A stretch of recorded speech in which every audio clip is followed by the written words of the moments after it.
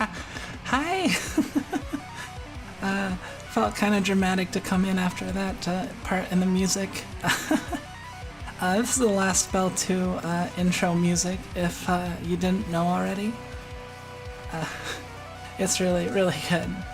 Hi everybody! Welcome to my stream. If you've never been to one of my streams before, welcome. And if you're returning snug, welcome as well. Hey Batman, and Vending Machine, and Sala Cavallini. And Zerafiel, hi. Thanks for coming. Hello, Fluff Bites.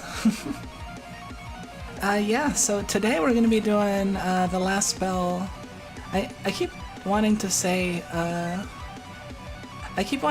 Last Spell 2, but it's the Last Spell stream. I mean, it's a little too early for there to be a sequel to this game, I think. But yeah, today we're gonna be doing more of the Last Spell. I'm a lot more acquainted with the game than I was last time, so it should be interesting, and I should be able to kind of teach a fair bit about the game, I think. So yeah, it should be a lot of fun. I'm pretty excited. How's everyone doing tonight? I got a lot of sleep tonight. I got a lot of sleep earlier, so I feel pretty well rested. But I've also played like a lot of the Last Spell on my own, so yeah, it's been fun. I've already played a bunch today, so I'll be excited to show what I've discovered since then. And I don't know. I don't think we'll be able to actually beat the whole game, especially not one sitting. It's pretty long. Like 12 nights. Like each night is a considerably long fight. So that's why I spread this out over today and tomorrow. I figure that might be enough time to fit in kind of like one run, because they've been taking me a number of hours. So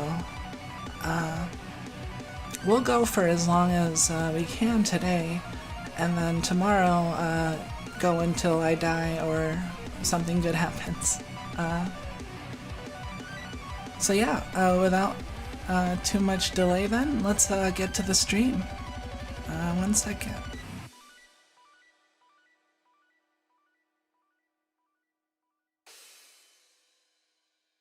Oh, I did not.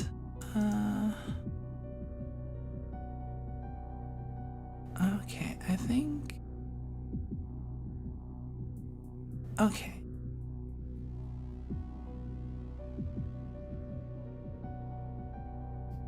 Okay, we should be good. How's the audio? Is everything alright?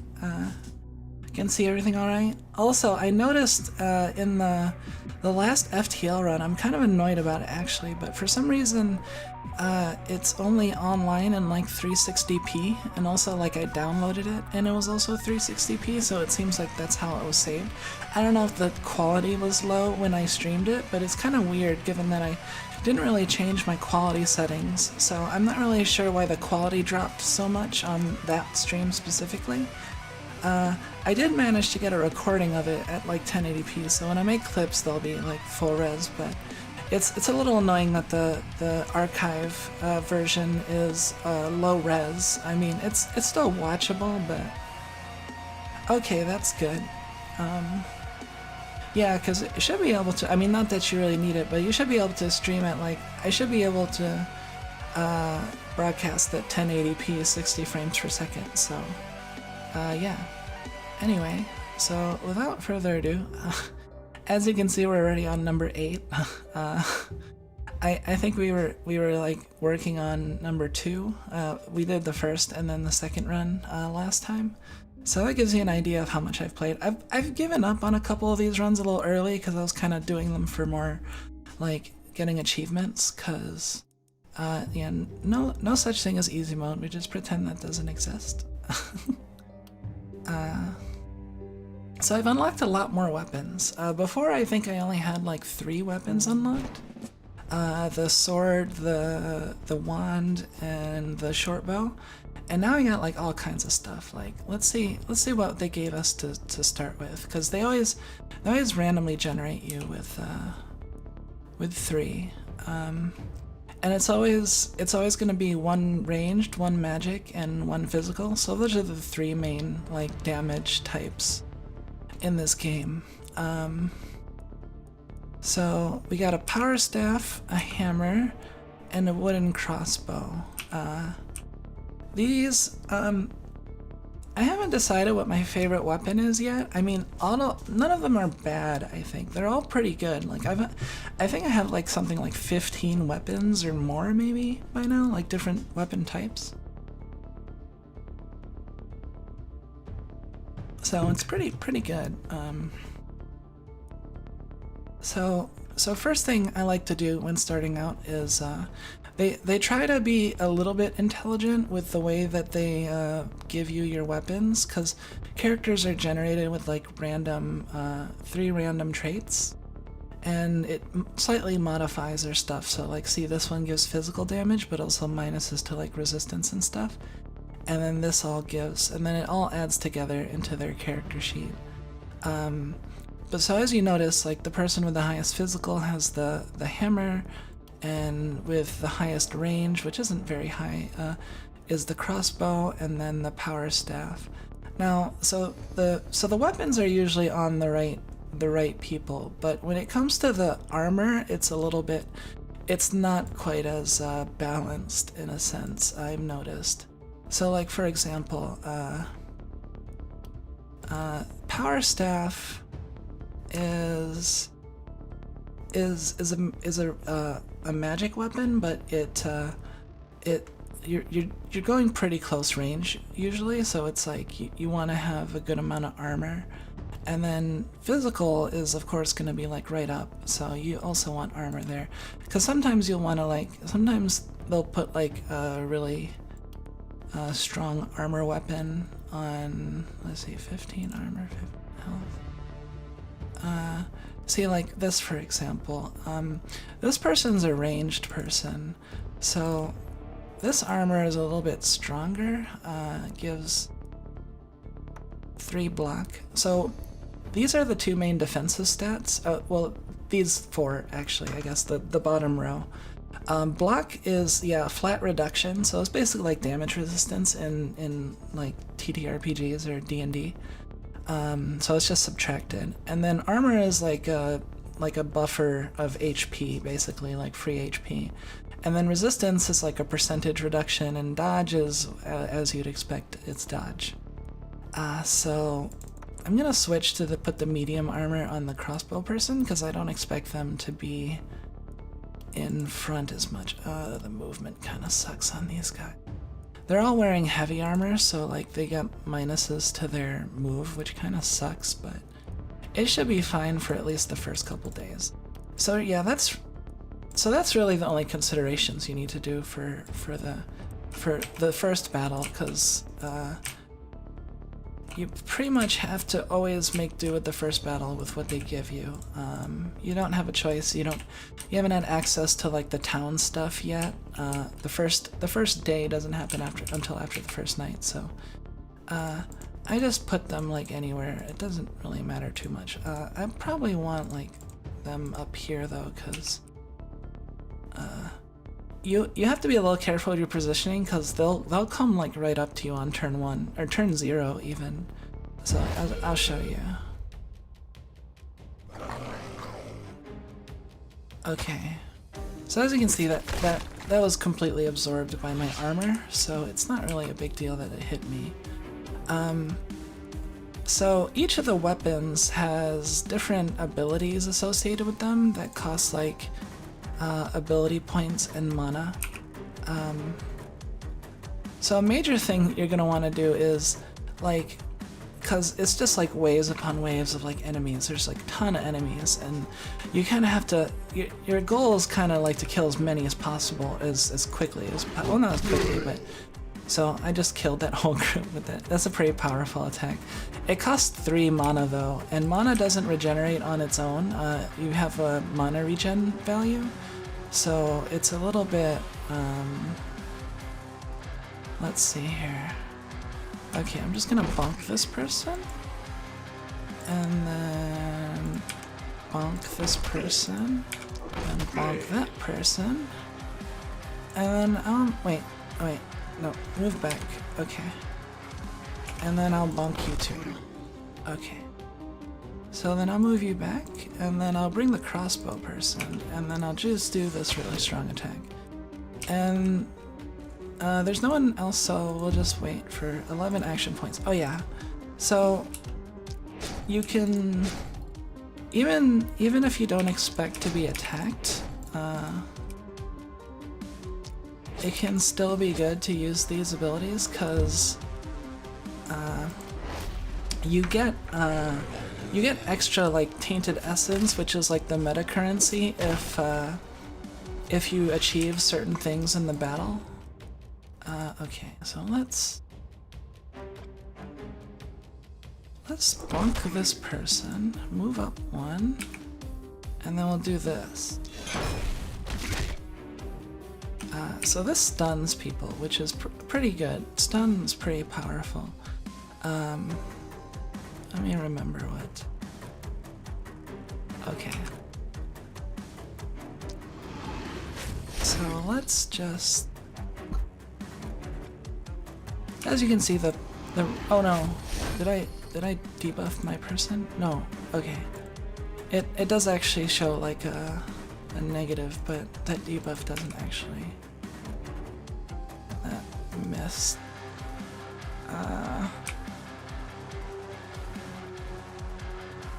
Okay, let me just. So yeah, you have two main considerations when it comes to like what abilities you use. You need to conserve mana. Yeah, I did go in pretty deep. So let's. You're basically trying to like maximize the amount of maximize your resources basically. So let's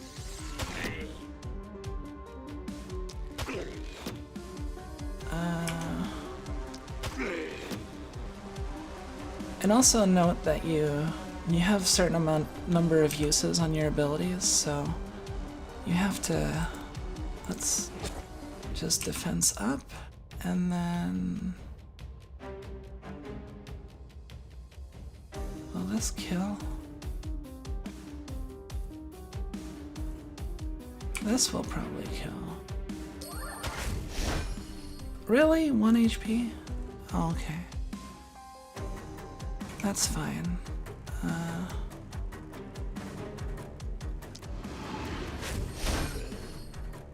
Let's just. Okay, you're down. I haven't used the bonks yet.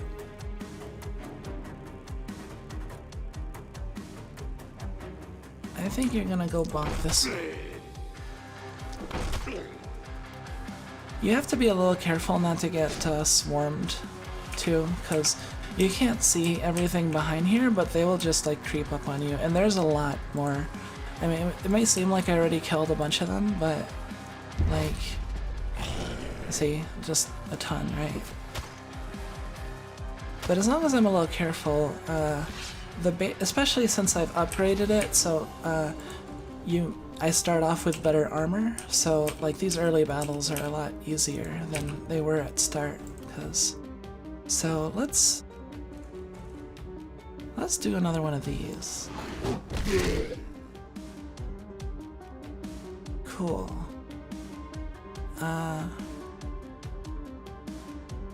See, beware mana is not fully regenerated each day, which is why you have to be a little bit conservative with your mana usage. Yeah, they're kind of like toothpaste. I guess that's one way to put it.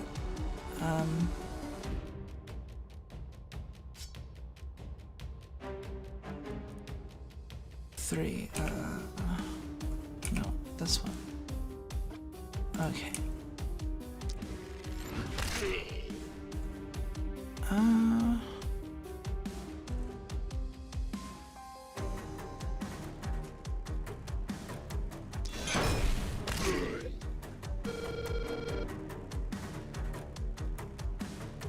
So let's... Oh yeah, and another thing I didn't really take advantage of last time, but you have the ability to equip two weapons, which really adds a lot to like the versatility of... I'm getting a little lucky on these, because if you notice there's like a damage range, that's another thing. On the right side you can see like over there the final damage, and as well compare it to like their HP and all their buffs. So you can have an idea before you even shoot, like whether or not it's gonna kill them. Like, see, this is 116 to 133.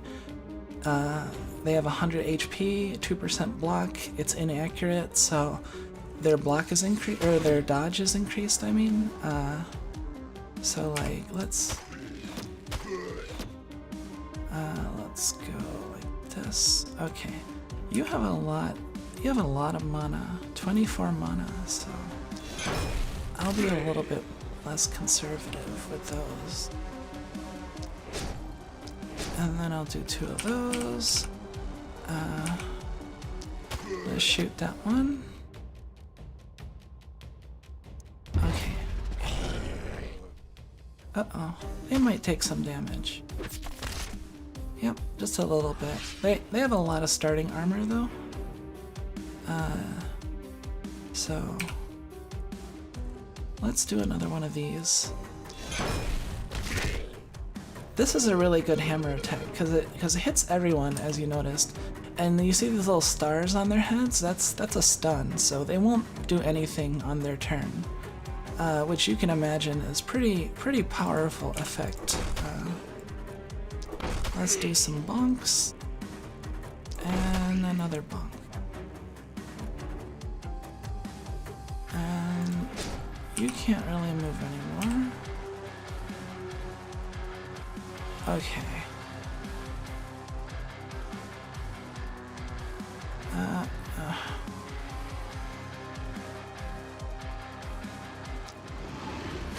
This might be a little... Okay. Yeah, see, if you notice on the right there, it says like 91 to 107, so if this hits, it will definitely kill them. But on these, like 91 to 107, they have 100 HP, so it won't necessarily kill them. That did exactly enough. But if I do this and kill everyone, I might even be able to finish this. Alright, and that's the first night. If you notice, like you get basically enough XP for them to level, but you start getting less level ups if you start getting more heroes, because the XP is split between them.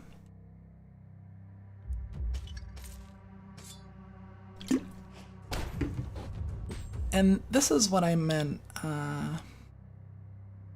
Night finish within 1 turns after the last enemy spawn. Okay, so they're coming out of the mist, but they're actually like spawning from the mist. Cast 4 skills. See, like this is the meta currency, and then you get all these like little bonuses based on different stuff. Like if you debuffed a bunch of people, there's all kinds of bonuses. So just doing stuff in combat will let you gain. Yep, hydration check. I was just drinking, but I'll drink a little bit more.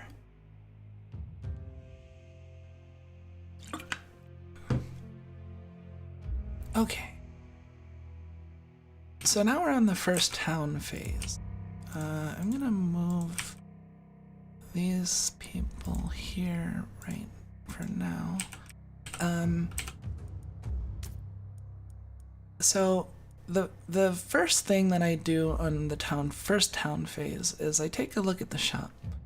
I don't buy anything yet. I just take a look at like all the stuff they have and see if there's anything that looks really good. Like this looks really good.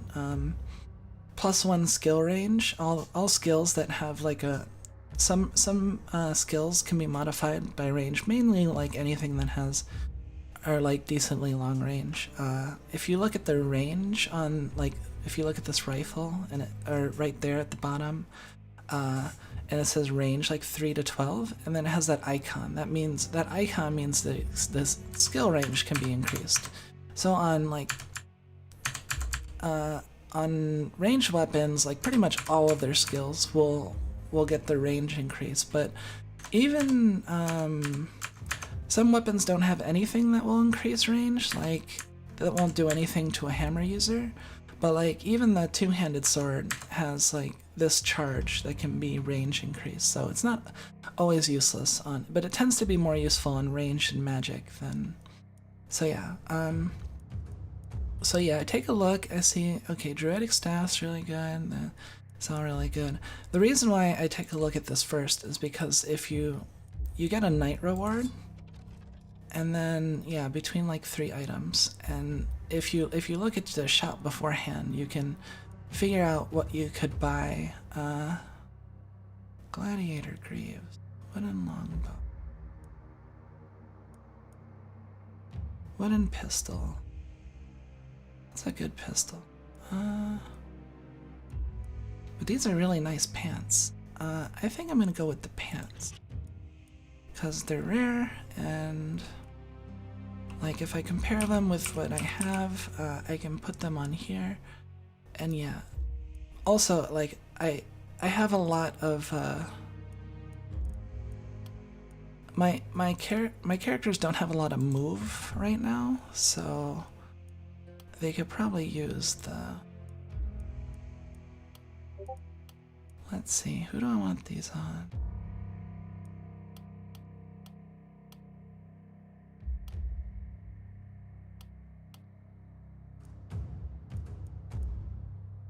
+4 daily mana regen is pretty good. I think I'm gonna put this on the hammer person. Cause melee, it's harder for them to engage. So, and then also they have a lot of mana, so having more mana regen is good. So yeah, so there's a variety of things that we have to do for this, like level up. We can just do the level up now. This is my melee person. So yeah, you can get like common, uncommon, and rare buffs to them. That just affects like the number. Like normally, like I think armor is like +15 on common, but it's +25. So that's another consideration, is the rarity. And you can re-roll these, but it'll reduce it by 2 each time. So let's see. Daily monitoring, health regen.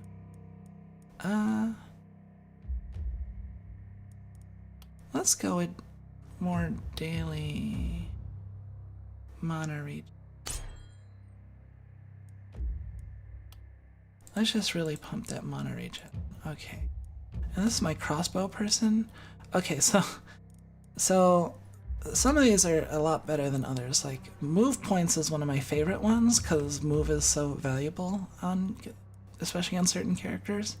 And just in general, moving, especially when you have like waves coming from multiple directions at once, having extra move is really good. Critical, that's also really good. There are crit based builds you can do, but move points is pretty safe. And they're a range person. Range is inherently inaccurate. See, as they get farther away from you, it actually increases the enemy's dodge. So getting accuracy on your range people is pretty good. Let's see here. Armor, health, resistance. Okay, none of these are that good, so I'm gonna re-roll them. Okay, move points. +1 move points, that's acceptable. Jeez, you have -2 traits. Oh, okay. Okay, stun chance, experience game, momentum, reliability. I'm gonna reroll these.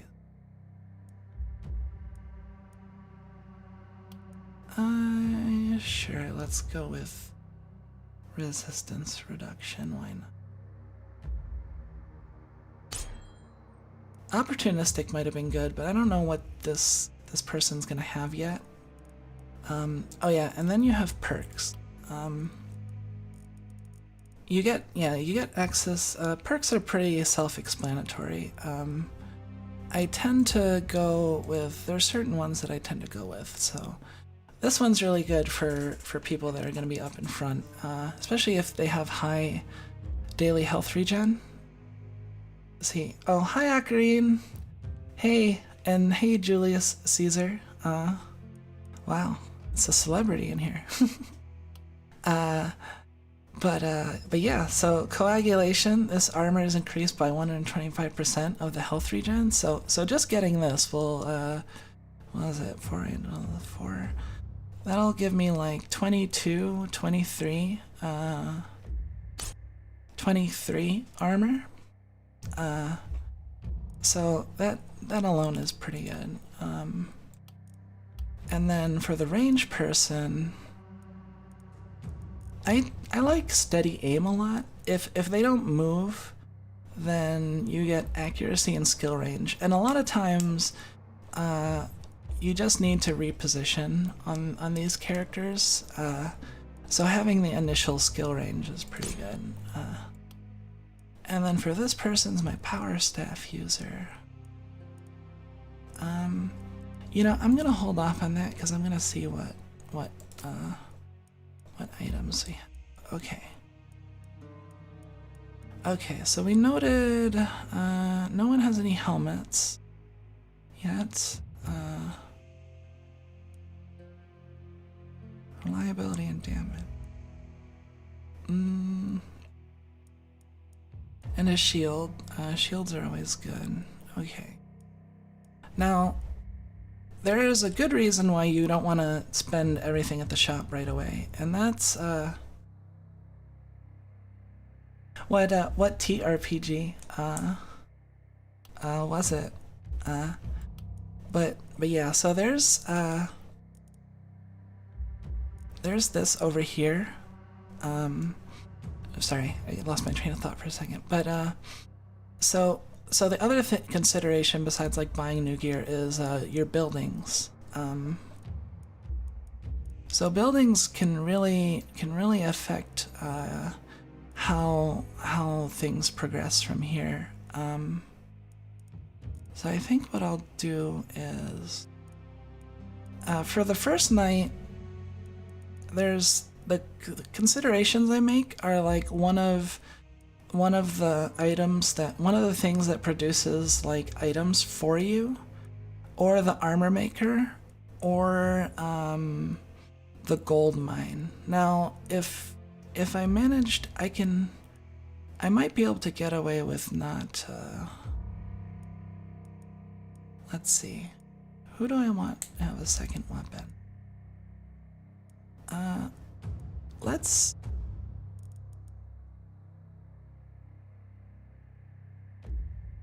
Okay, so first I'm gonna destroy some ruins, I think.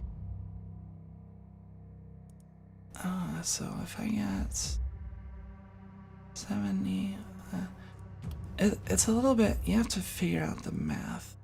70, 80, 90, 100. If I wanted to get a house in one of these, it's 125. So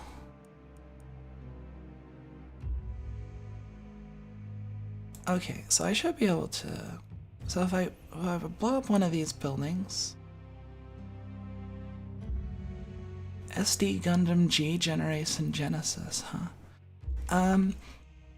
I like Gundam, but I'm not really like much of I'm not like a huge Gundam fan or anything, but I have gotten into Gundam at certain points in my life. So I'm gonna go with the gold focus here. And then with that,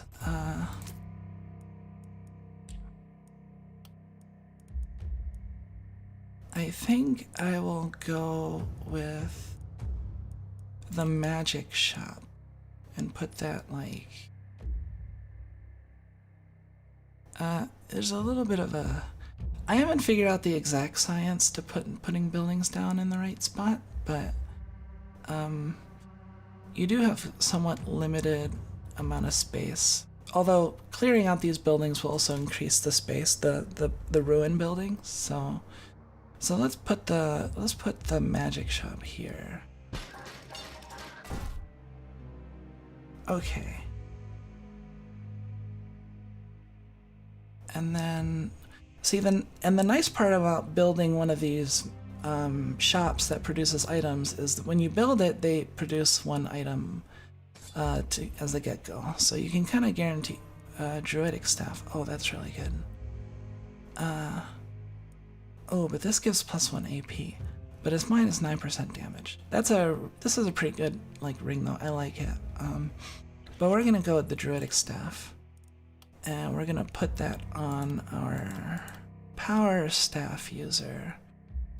So swap sets and throw that on. So now they can go between either of these weapons, and that really increases the variety that they can do in combat. So then next up, I really want the stag helm though.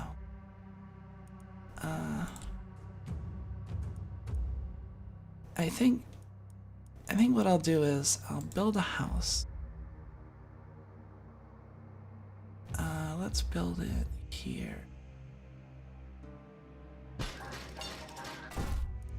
So that puts me at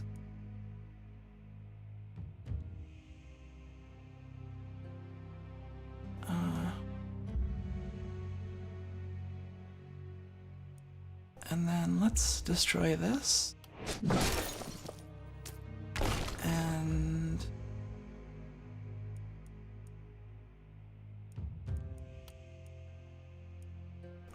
do I want to put these pants on anyone else? Dodge, armor, accuracy. Dodge, health, credit, armor. Okay, they're not really gonna be... I don't need these pants anymore, so I'll sell them. And then I'll get the stag helm. And I'll throw this stag helm on my...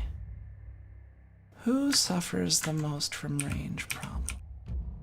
This won't do anything on the hammer, but...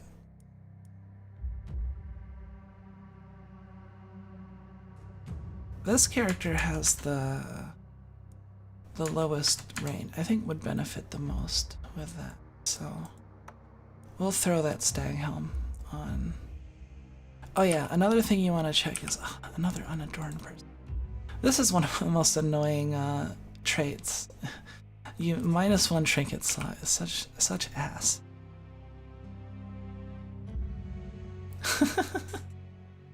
Yeah, I don't know if I'd call myself like a Gundam fan, but like I did get into it for a little bit. Like I know some of the memes, I guess. Yeah, I wouldn't tell anyone I'm a fan really, but like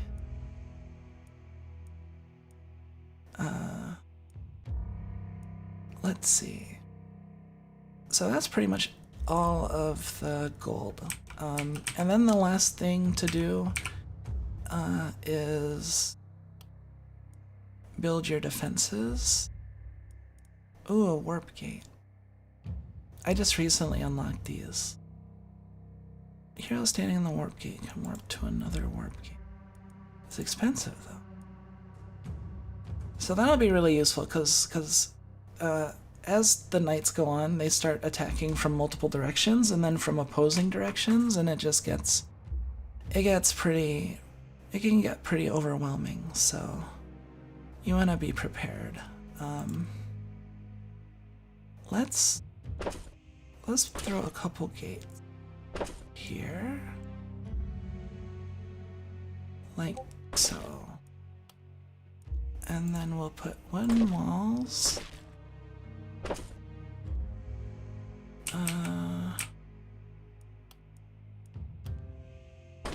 over here. The reason why I'm getting this side too a little bit is because enemies can sometimes spill over into other sides a little bit. They can just kind of wander over there. So I want to make sure this is protected because of the lake, but on this side they can still kind of go around and be annoying. So I just block that up, and then that's pretty much it. So we'll just start off and put these people there and there. I can make it pretty far on 3 people. Like the character for now, the character limit is 3, but you can. There is a building, the inn. It's kind of a big investment, so it's not something you unlock right away, but you can recruit additional heroes. But that'll cost you like 180 plus by the time you're recruiting them, it's gonna cost like 90 or so. So you're gonna be spending almost like 300 or so to get your 4th hero. And then also the consideration is that the XP is split between them, so we can... Oh, 1 perk point.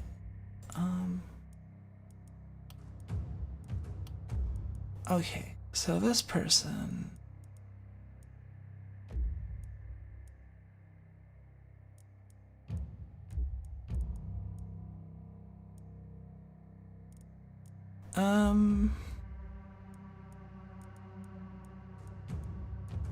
I'm gonna take the plus poison, because this person has actually a pretty good poison ability on the druidic staff, so I'll do that. Okay. So we should be good now.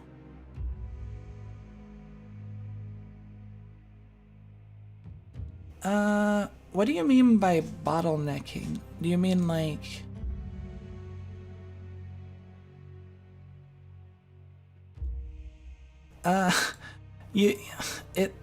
it gets really difficult later. You're gonna kind of need like everyone all the time, kind of. I don't know. It's hard for me to have the thought of like leaving anyone behind, because even though that first battle seemed pretty simple, it will quickly get like out of control. And also, there's more enemy types as the nights go on, so let's see.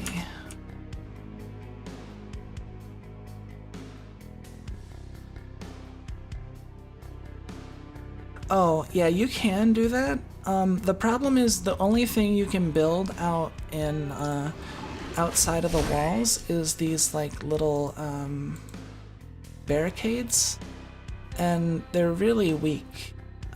So they won't block for very long, but you can block. Okay.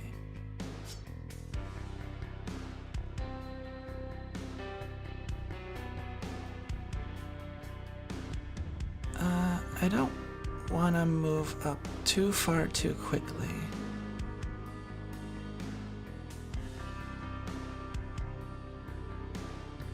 Okay, I think I'm gonna go bonk, bonk. Oh, this guy didn't die. Oh, it's alright.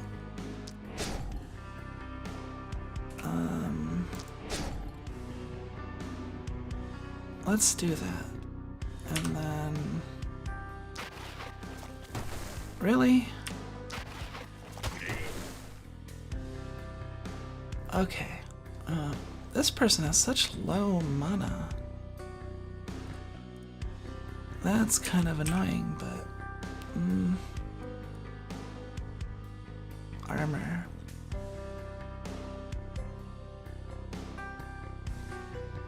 Let's just...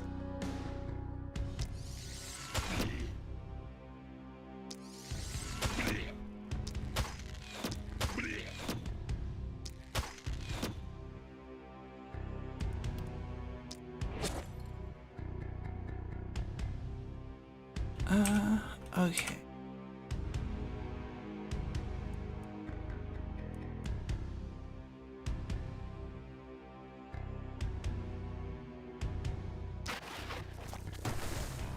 Oh, dodged.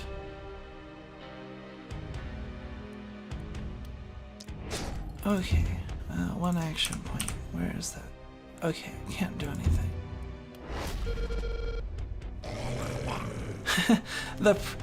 The problem is the barricade, like, you spend so much just reinforcing your fence that you don't end up with much to barricade. And honestly, like, I've also found a lot of use, because you can put barricades anywhere, even like inside your zone. So you can also surround your mage group with barricade.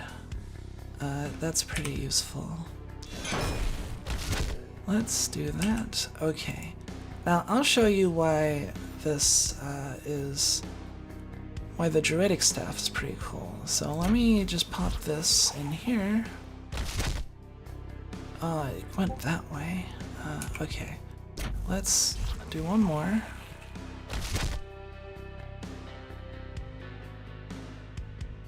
Okay,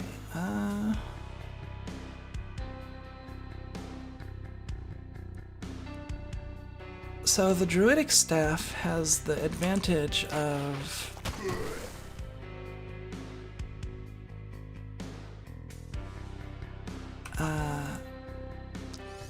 poisoning enemies, which can be a really useful thing to do, because poison, the advantages of poison are that it goes through your opponent's armor. It affects their HP directly. So if they have armor, then the armor's not going to do anything to help them. Let's see.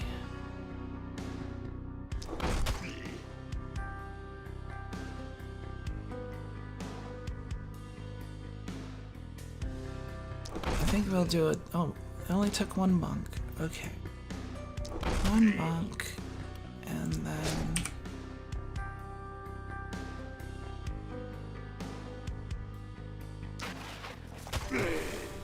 let's do that. Okay, well, that should be good.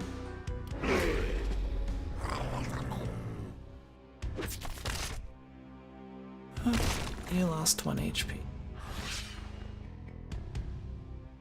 So as you can see, there are these armored units. They have like 105 armor and about 50 HP. So if you're able to hit their HP directly, then you can do a lot to them.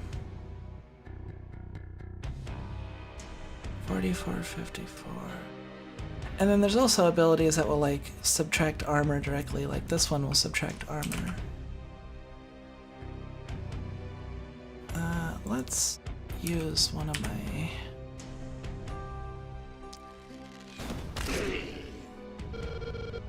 Yeah, okay.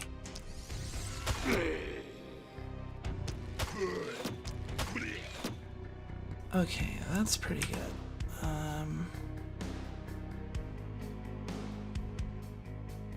Let's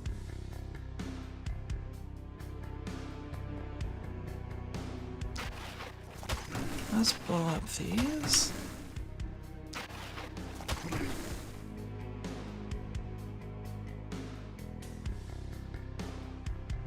The other nice thing about the druidic staff user is that they're really good at like I almost said closed captioning, at crowd control.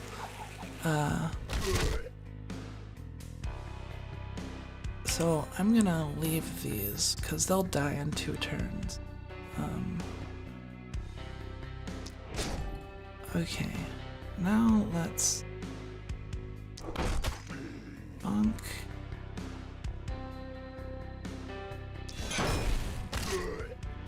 Okay.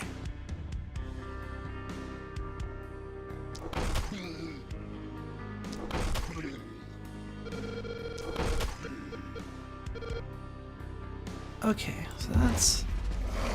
I'm not sure. I don't think I've encountered anyone that resists poison. It's more that I've encountered enemies that, like, poison ends up being really effective against, because there's, like, these really powerful enemies later I saw that can that have like 50% damage resist or like and like 50 block and stuff like crazy stuff like that.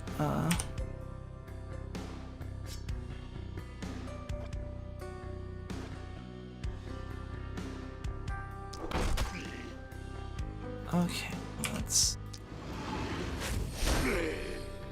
So you see, I poisoned these guys that last turn, and they're gonna die this turn.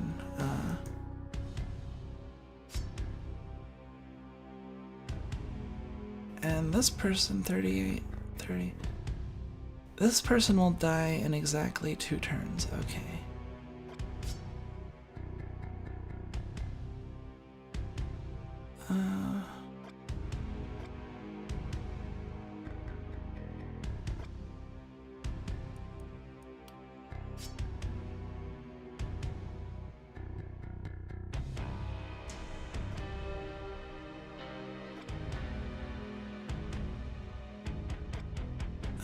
I'm getting a little indecisive. Let's...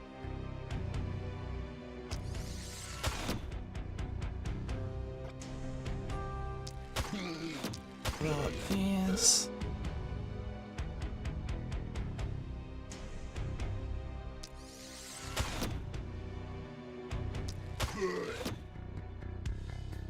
And then we'll buff.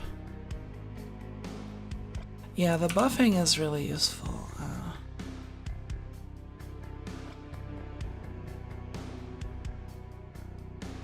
Okay, you still have 5.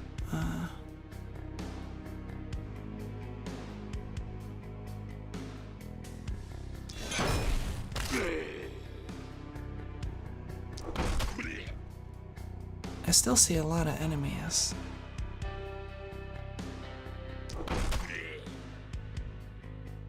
And then let's...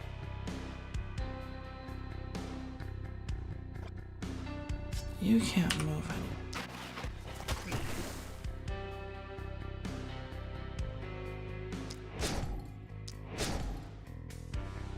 Okay. Any attacks? Yeah, there's different like attributes that like some skills will say like, see, this skill says no block. So that will just ignore someone's block entirely. So there are definitely like different strategic uses for different weapons, and let's see.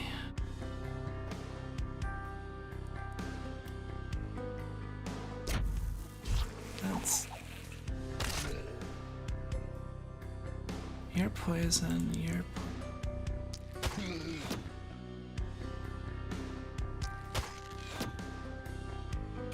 Okay.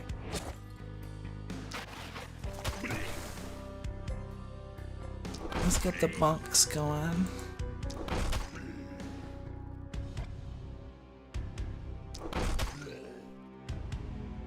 And everyone's...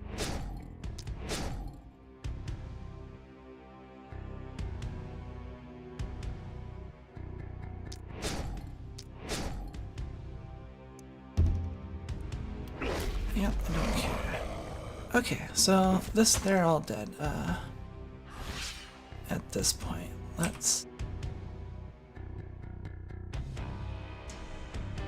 just get the bunk going.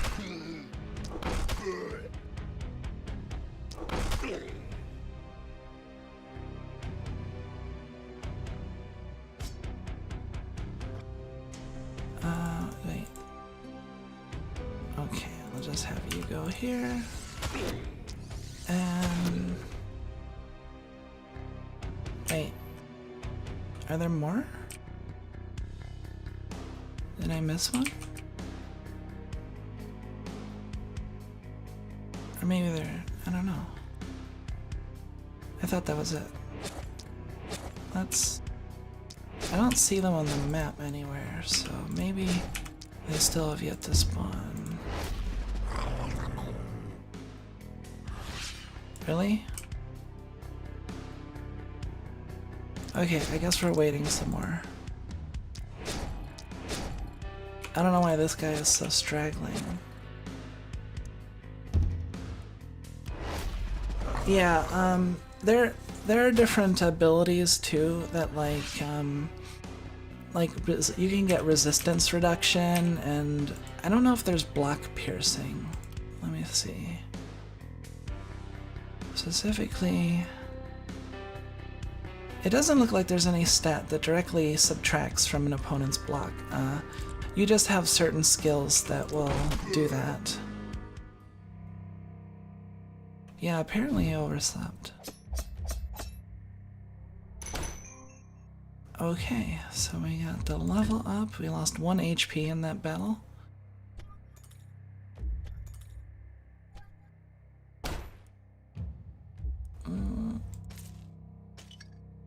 This is about what you can expect.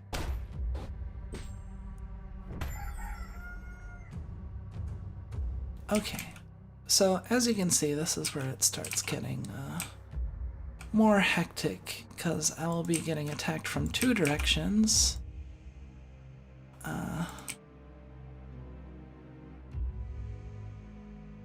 So I do have to keep that in mind. I don't want to do any trading yet, so we'll go back. We'll do what we were doing before. First, take a quick look at the action points +1. That's a really powerful extra attribute to get, like just pluses to your action points.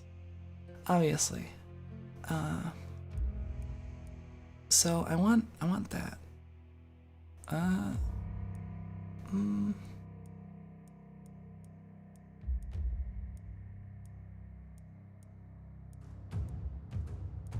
And getting the short bow would be pretty good. It's not that expensive either, so maybe I can afford it. Okay. So I took a look at that, so let's see what we got. An axe. I like axes. Or a silver dagger. Oh, wow. +1 move points, and this is a really powerful dagger. I did just get the upgrade that unlocks like stronger daggers, so this silver dagger right here has like the move points and stuff, so I'll show you I'll show you this thing, because I did unlock what they look like, so it's kind of like, whoa. Yeah, this is the person you sell tainted essence to, so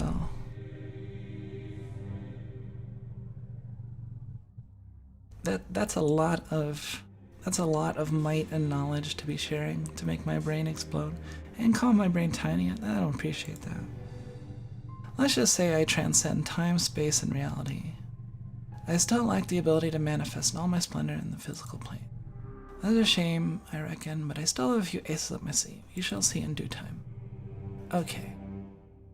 So this is where you spend like the meta currency. So as you can see, there's a bunch of unlocks that I still have to do, like, and see, they have all kinds of stuff, like different types of weapons. So like as you saw, I had like a silver dagger because I unlocked the more daggers before, and then like various stuff like heavy armor. You can unlock more starting resources. See, these are all the unlocks I've already gotten. This one was a really good one. Heroes generated with +1 action point. And then the +5 mana was a good basic one to get. And then yeah, I unlocked a whole bunch of like armors and stuff too. Time to sell my taint. Let me get some water first this is a little intro.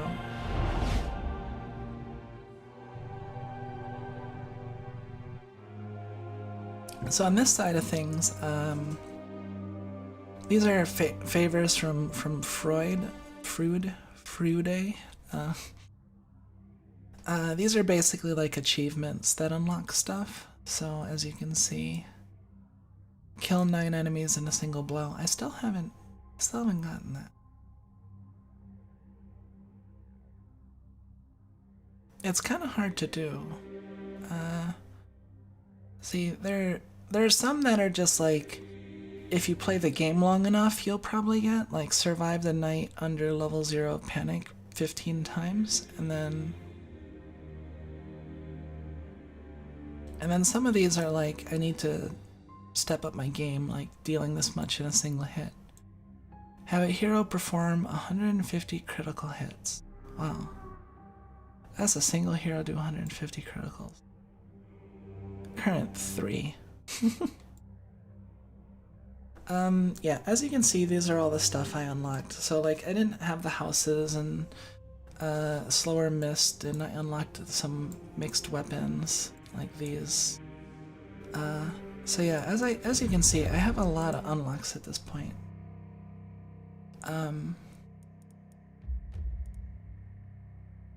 So yeah, that's what we got here. So what did I want to do? I wanted to get the gladiator greaves. The short bow would be good. Oh yeah, and we did just get a dagger, didn't we? So we can throw that on our physical damage person. That's pretty good.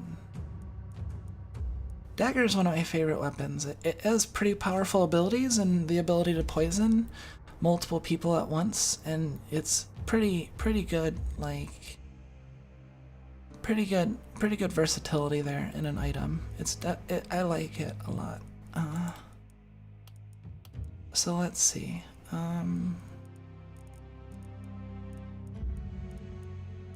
Each enemy attacking.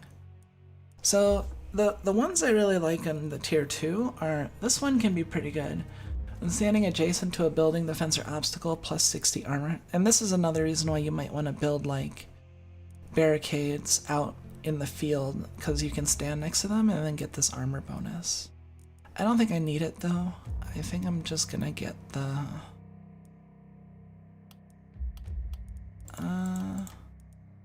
let's get the plus 25 poison.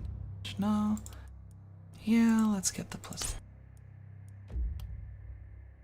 What about you? Okay, I might get you a weapon, so we'll see here. Okay, so as I was saying before, I like to focus on my buildings first. At this point in the game, I think what I like to do is work on my gold mines. So you can build gold mines, and these basically serve the effect of, let's see, do I want to build it now?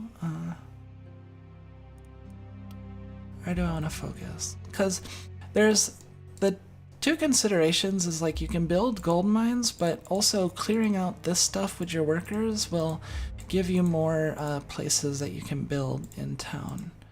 So you might not need the gold mines, like, right away. And I got 6 workers. But getting the gold mines rolling is early, I think it's pretty good too, because I'll show you.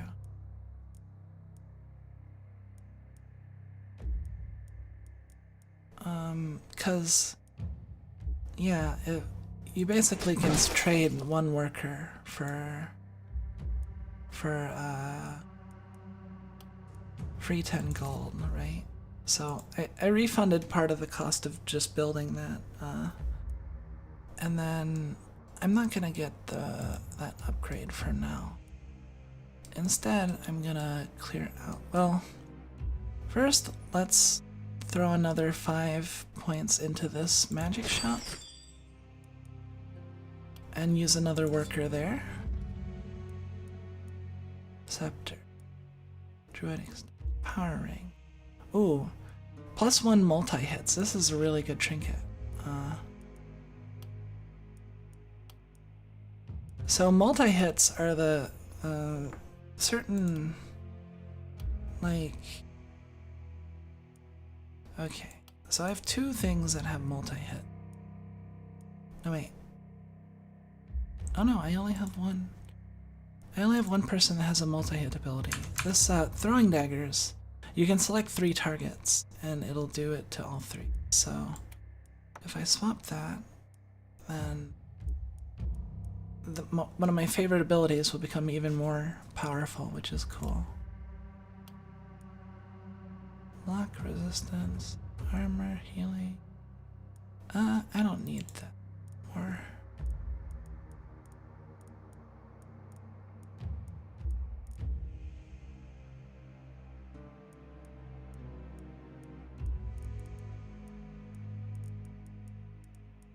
And I think here I'm gonna get steady aim as well. Okay, and then for the crossbow person, let's wait. Okay, so I've built one of those.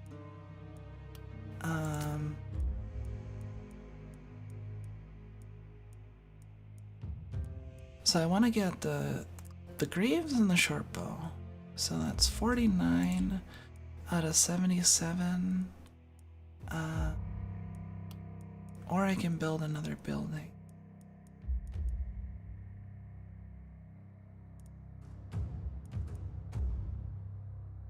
So that's really the choice you have. Like, you can build more buildings instead of like buying stuff, and then that'll help you in the future because you can get stuff from them instead.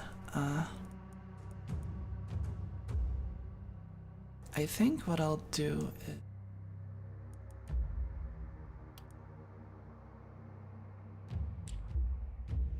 I think I'll get another house.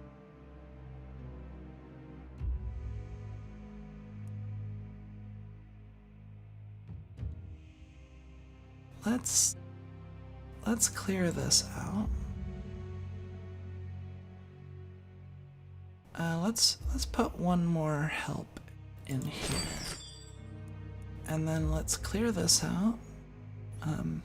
Oh yeah, so you have 2 options when you're clearing out ruins with your workers. You can either focus on gold or focus on materials. I typically focus on gold, but it might be a good idea, especially later, to focus on materials. Because having more materials will definitely help you a lot. In fact,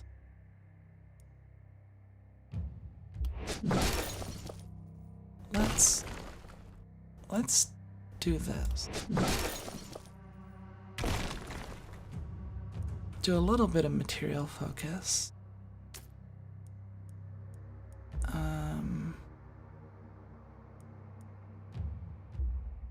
I'll sell the holy ring. I'll buy these 2.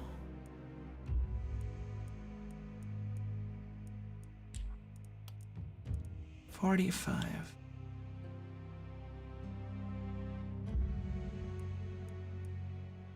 Or scavengers.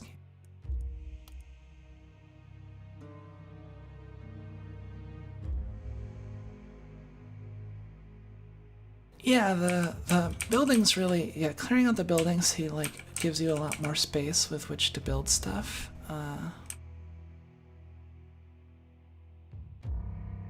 And also, I mean, the problem with building stuff near the edge is that it can get destroyed if they start breaking in your base. Let's build the scavengers.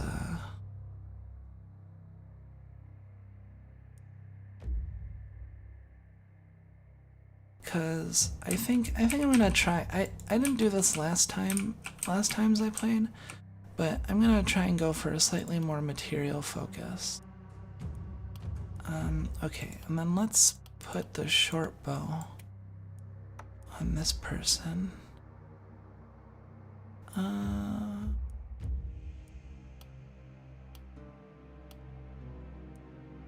And then we'll give you the gladiator greaves, so you'll have 7 action. Since you had the worst pants of the group, I think. Oh yeah, so I have 2 gladiator greaves. See, these are really good. This one gives move points, but this one has action points, so it's kind of even better. We'll sell that, and then It might be a good idea to actually hoard your items a little bit instead of just selling them right away, because you can use them to outfit like new people you get later. A crossbow and short bow.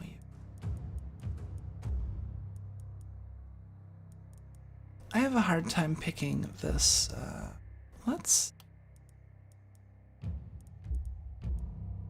I don't see you getting hit that often.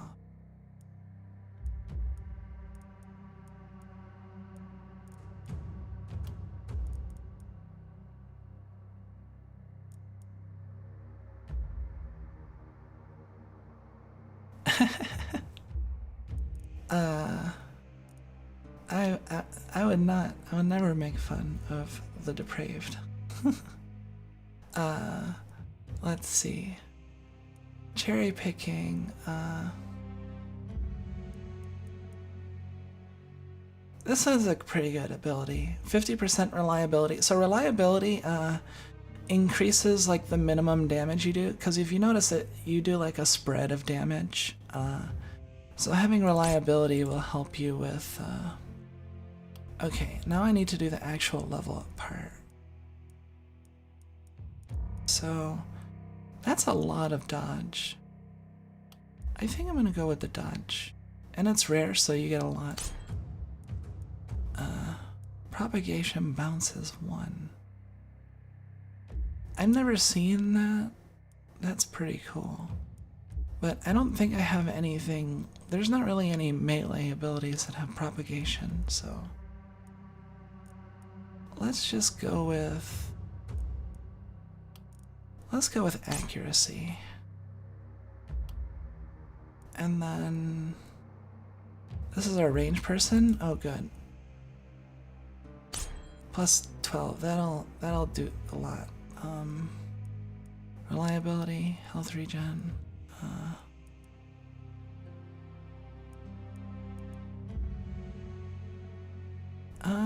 Let's go with resistance reduction. So this is an example of like one of the things that you can use to reduce someone's resistance. Ooh. Ooh. Rare. But they have move. They only have 6 move. Let's go with power.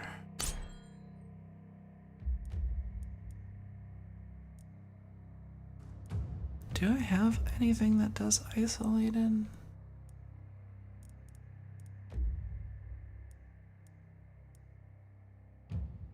One of these is opportunistic.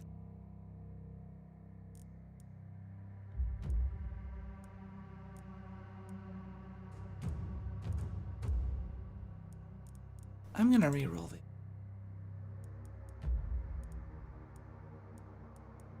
Well, let's go with poison damage. Okay, so that's everything there.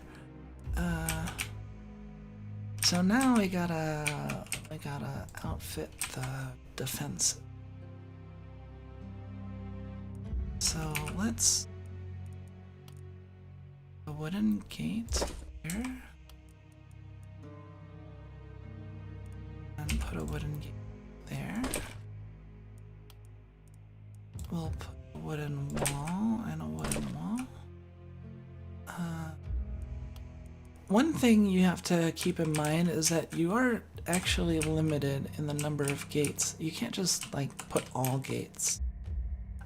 If you see there, it says limit 7 out of 12 includes wooden gate, stone gate. So you can't. You have to actually like keep track of.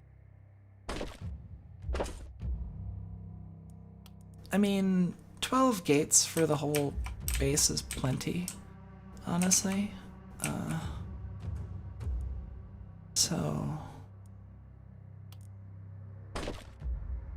okay, so that's fully blocked in. Oh, another building that ends up being really useful that I'll probably build next time is the seer. This can repel so the fog line like advances each night, and it'll come like right up next to your base, so it ends up being really hard as you get boxed in. But you can... Let's just save.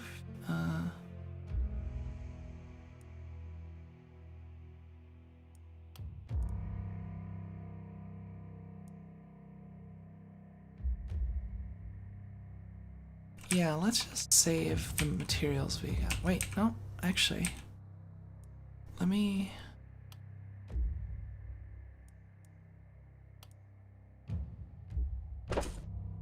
Let me block this. Okay. So that should be good. Okay, so we're gonna put this person here. We're gonna put the power staff user over here. And...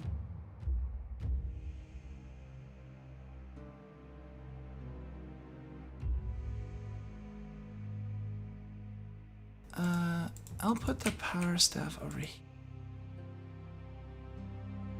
And that person over there. I kinda wish there was a gate here. But I don't have enough materials to build one. It's 15. But I think this is good. Okay, we're all set. Now time for night 3.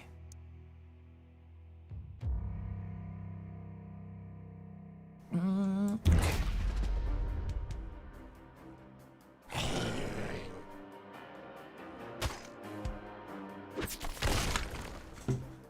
Oh yeah, and the music in this game, it's really good. I think. I really like it. Okay, so what do we got here? So this is where it becomes really useful to have your ranged person. Probably should have put her closer to...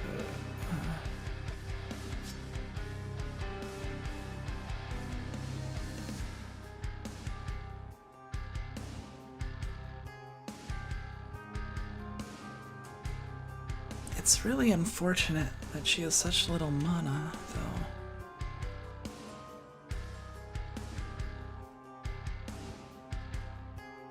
Let's open up with...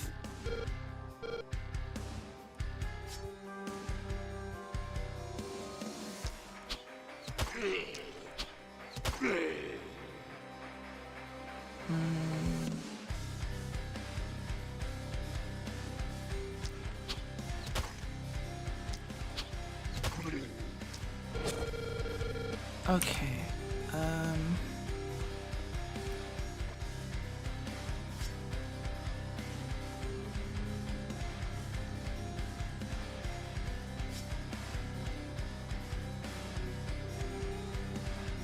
okay, I can kill these. So I do want to conserve my mana, because notice the only person with a lot of mana is Layla. So, and she doesn't even spend a lot of mana, which is the funny thing.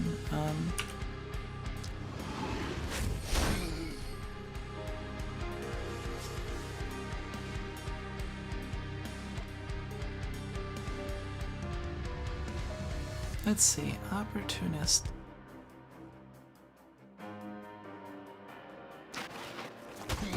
Oh yeah, and one cool thing is that Druidic Staff and Power Staff are actually pretty good combos, because the Druidic Staff is really easy to afflict debuffs, because this Pillar of Light afflicts everyone, and then this base ability has opportunistic 75%, so you deal 75% bonus damage if they're afflicted by a debuff, stun, or poison. Wait, did I repeat myself too much or something? I don't know.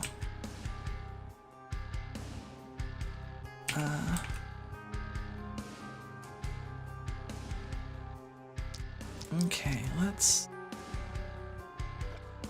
Actually...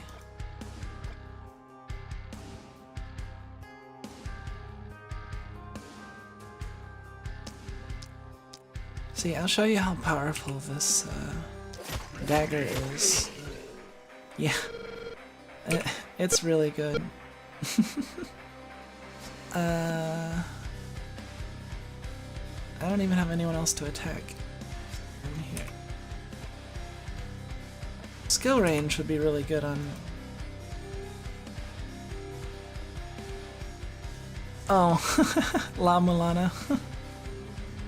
Let's see.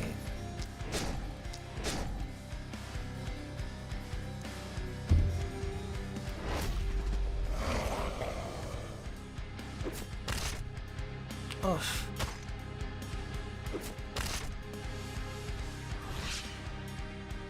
Okay.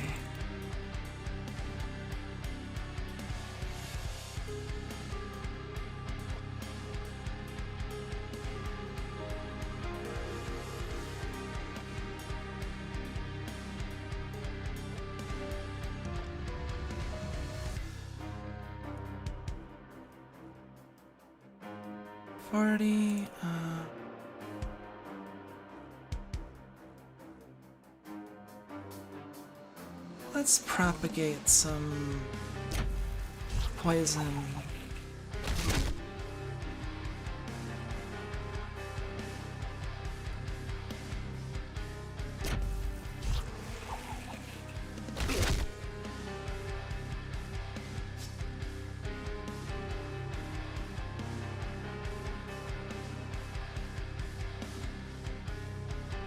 Okay, so... Really?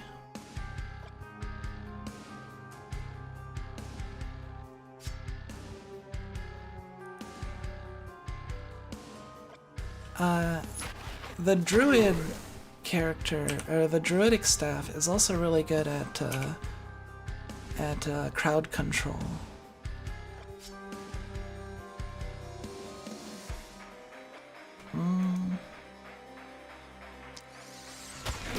Let's...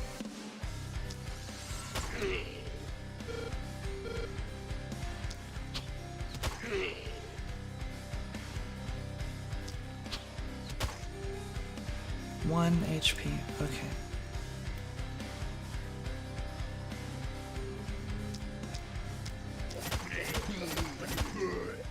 Let's just use this OP-ass dagger. I wasn't kidding, this thing is amazing.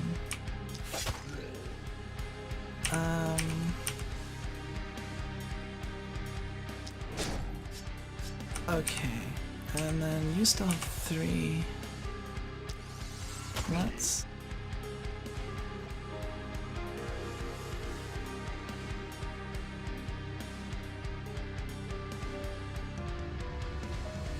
You know what? I can... Requires... Line of sight is really annoying in this game, though. Can I? Yeah. Okay. You're gonna die. You're gonna die. You'll die in a turn. So the cool part about poison is that it ticks on the turn, on the first turn that it's on, and then it lasts for multiple turns. So you can just let people die if, and that's the other thing that's good about the druidic staff.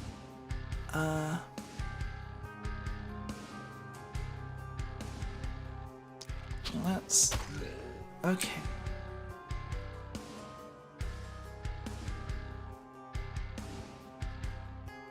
Let's close, let's go there, and...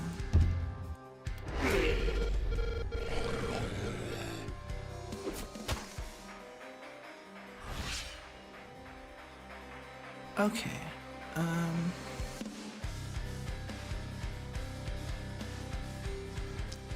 let's use some more...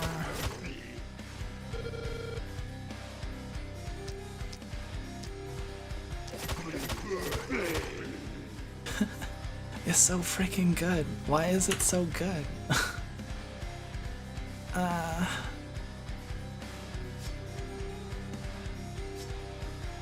Although...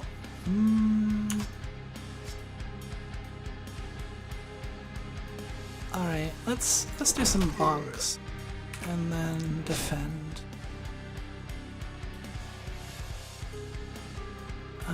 These are all gonna die by poison in a second, so let's throw another poison over here. So these guys will die of poison.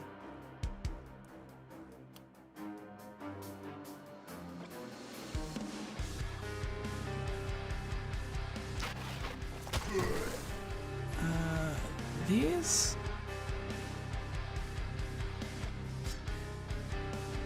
Let's power staff.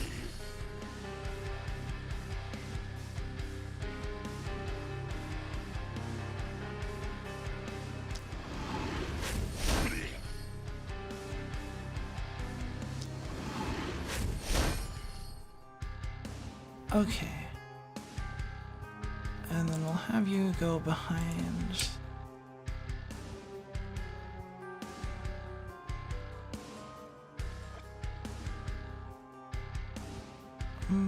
Let's...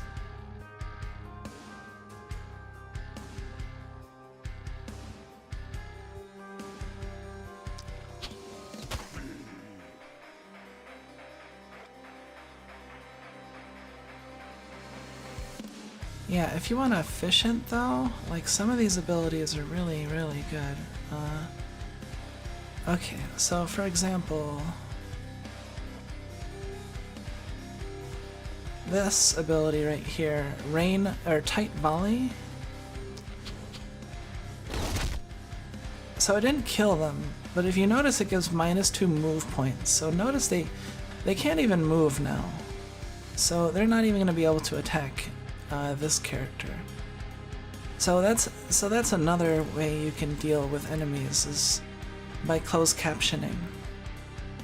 Crowd control.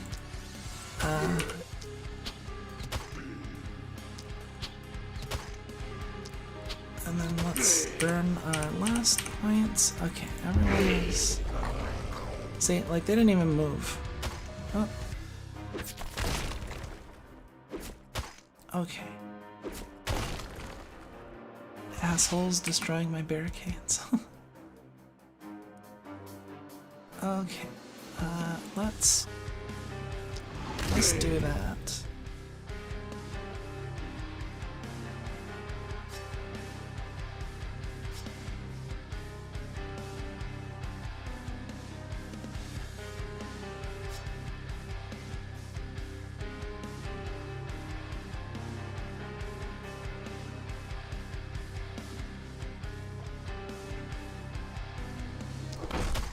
Do some bonks.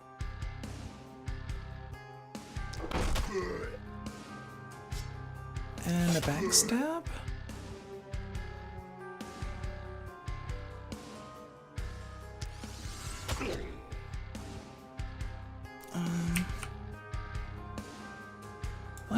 Since these people can't move still, let's just have you help out over here.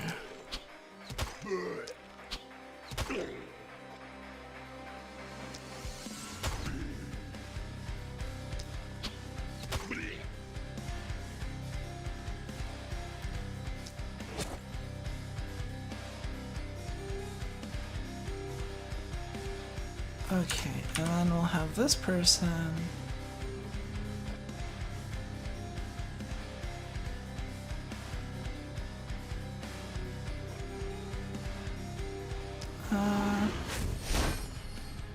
okay, yeah, that didn't kill.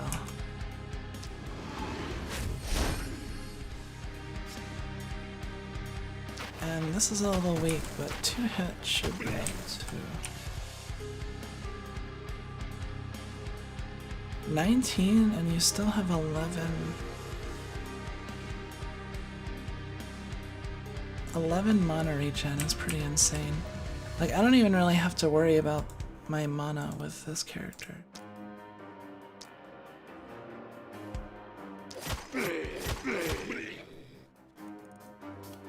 Oh, and that's another fun thing about poison. is the poison still hits even if the daggers miss. I don't know why that's the case, but the poison will still hit them. See, it missed this person, but so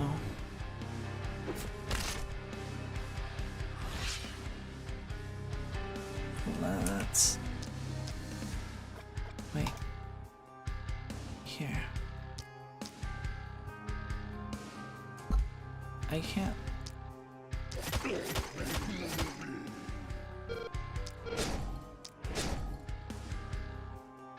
This is the only slightly annoying thing, is when they're like behind the fog line and you can't get 15 action points remaining. Let's just do a bunch of movement, cause it might work towards achievements or extra tainted essence. Hey Racklad. Yeah, things are going pretty well. We're just finishing up night 3.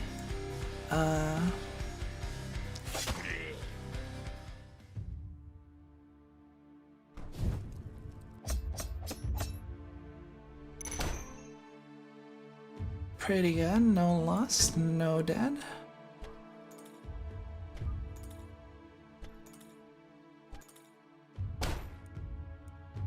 So then we get our night rewards.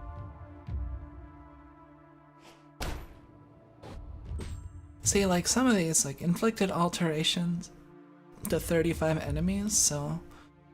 And a hero applied 2 debuffs to the same enemy during a single turn 3 times. Cast 4 skills provided by torso items. A hero damaged 30 distinct enemies. And okay.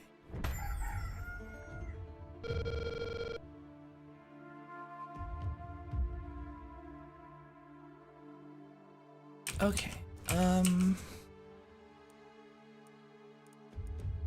Firstly, I think I want to check my tainted essence.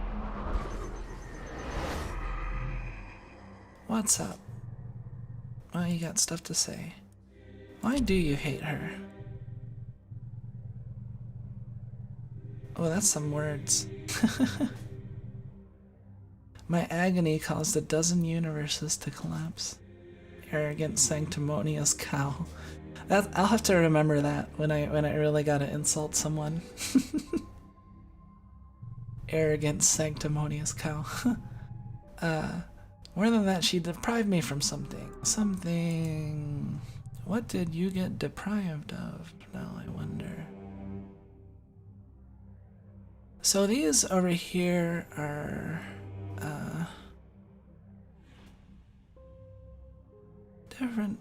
different unlocks. First 5 mana. So as you can see, some of these improve like your later runs, like heroes are generated, so this won't help me now. Meanwhile, other stuff I'll be able to use right away, like these defenses. And then yet even other ones, like these more axes, uncommon item production. Those unlock the different levels of stuff. I think I'm gonna try to unlock like the more different levels of my favorite weapons.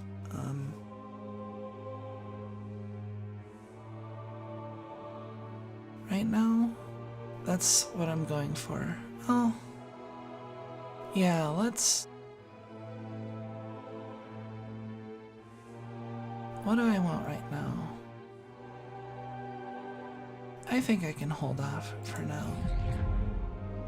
And then I think they'll make me look at the other person.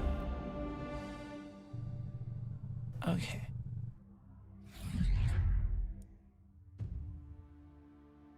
Oh yeah, hydration check. Let me get some of that.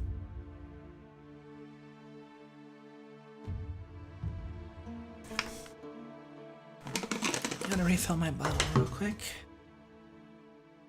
So, as I was doing before, let's take a look at propagation bounces.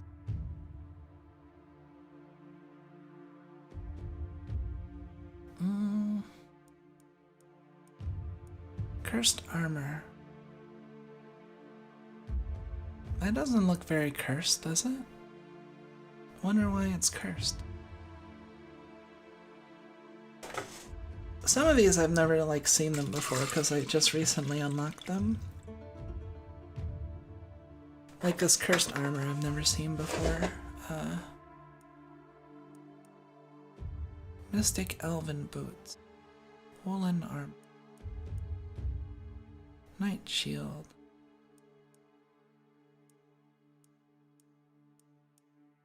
Okay, so nothing there is amazing. Although I did figure out a trick recently that's kind of cool.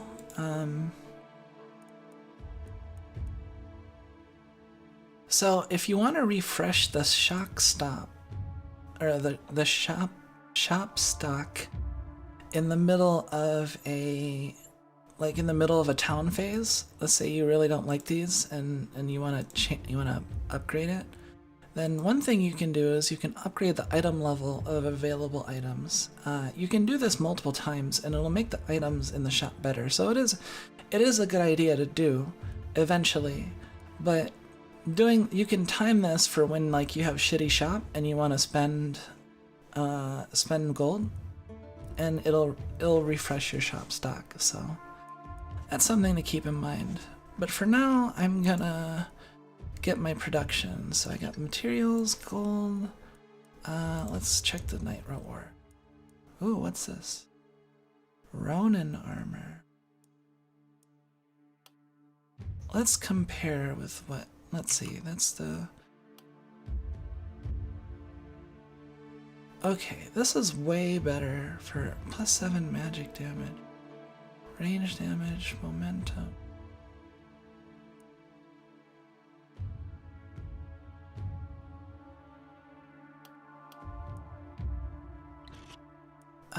I'm gonna get the Ronin arm. And then let's see what this magic shop.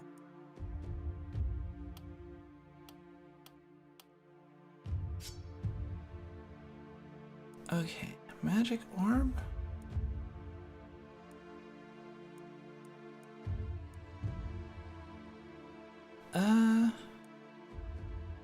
You know, I don't like any of these, so I think I'm just gonna take the druidic staff.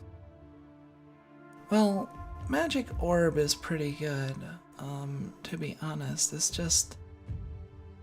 Let's see.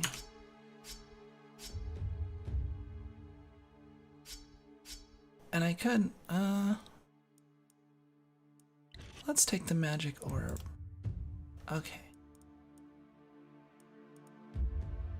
So now,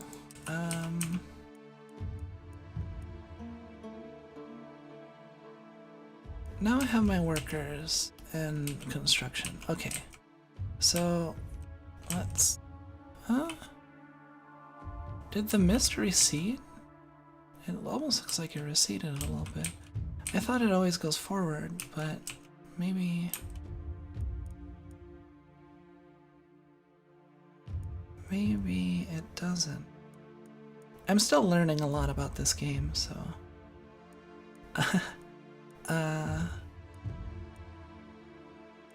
Okay. Let's see. So these gold mines are kind of an investment. I think they're a pretty worthwhile investment, because they start paying off pretty quickly. Do I want... Maybe I can build an armor maker? Yeah, let's get more workers.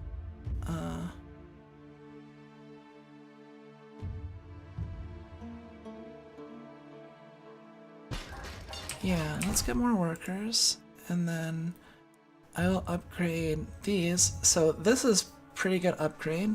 This 40 gold to increase the production effect from 10 to 25. So I get an extra 15. So three productions, and you've made back the cost basically. So I'm gonna get that, And then I'm gonna get this one, uses per production phase 2. So then now I can use 2 of my workers. Smash that a couple times. Smash that like and subscribe button, by the way. I'm just kidding. I like never say that, do I? But I mean, if you haven't subscribed, I'd be more than happy to accept your subscription. But I'm not forcing anybody at the same time. So let's see. So yeah, that every night it'll produce 25, and then I can throw 2 more workers and get, so that's like 75 each day. So that's why these are pretty good.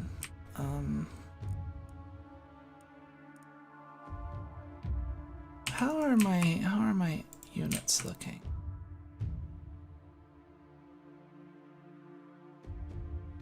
Okay, from the same directions, huh? Well, you did really well by yourself there, so I don't think I'm gonna change. I don't think I'm gonna change this setup at all.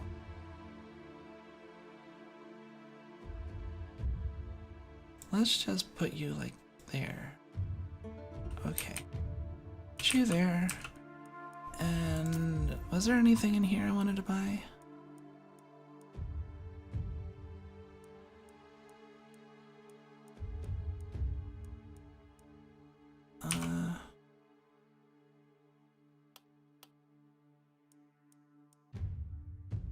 Oh yeah, I got this thing.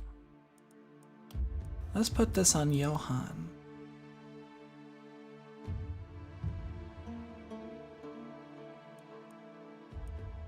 And that'll also increase Johann's move because it doesn't have the minus. So 27, okay.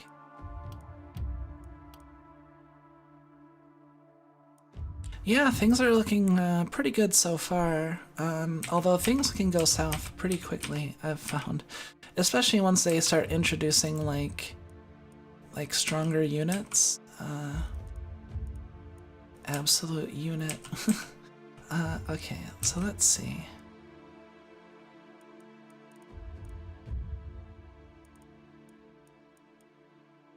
You know, I think I'll put an armor maker.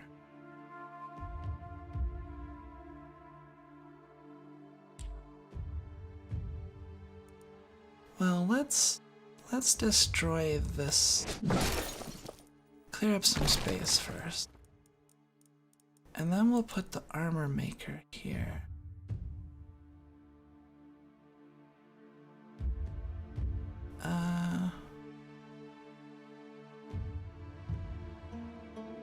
There is a science, I'm sure, to like putting buildings down, but let's see. I'll put you there. Okay, and then yeah, that instantly makes armor for me. Ooh. What trinket do you have? Rusty. Light. Yeah, let's get this and throw this on you, and wow, you have, look at all that. Look at all that. 70% from gear. That's pretty good.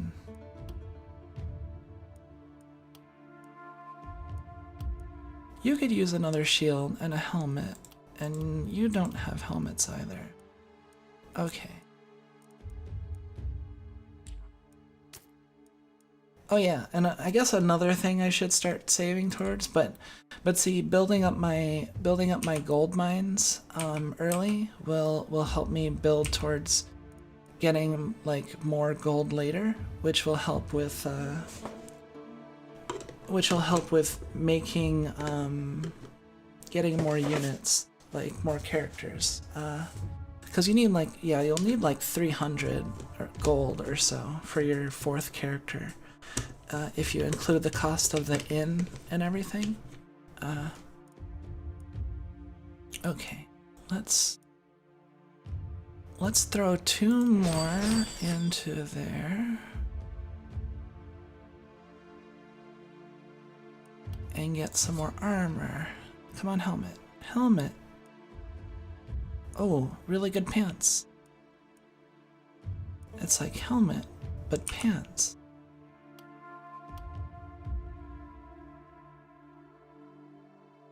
Okay, Johan's pants kinda suck.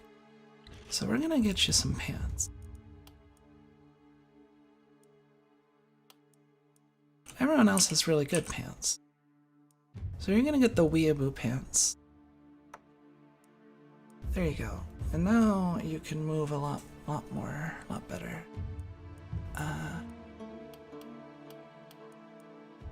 Okay. And then what else do I want? Wow, whoa, 50% damage for one turn. That's pretty powerful. Teleportation scroll. That's useful too. Okay, you both have really good trinkets.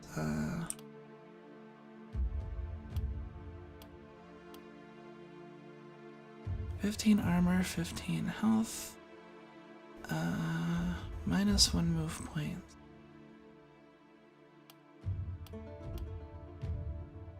-15 armor, 3 block.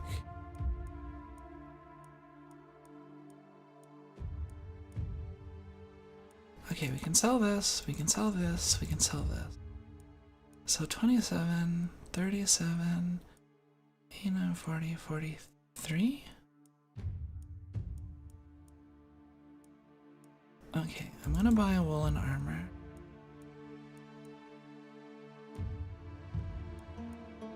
And I'm gonna throw this on my...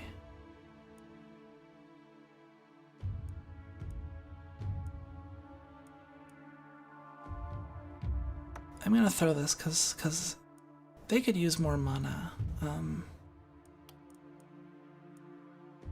And then I will sell this and get a round shield. You don't have to spend all your gold every time like I do. It's probably a better idea not to, but I will put this round shield on. So yeah, you can... Oh yeah, so another thing is these two sets, yeah, basically a ninja, right? He's got the full Ronin set, so he's basically a ninja. So yeah, the fact that you have two sets is also a consideration because they provide stats for both. Both sets provide their stats at all times, even the one that you don't have currently active. So for example, this person has two-handed weapons, so they don't get the benefit of having two offhands. And the offhands can be pretty good. There are shields, and then there are offhand weapons that will add like an ability. Okay, but let's see. What to get? What to get?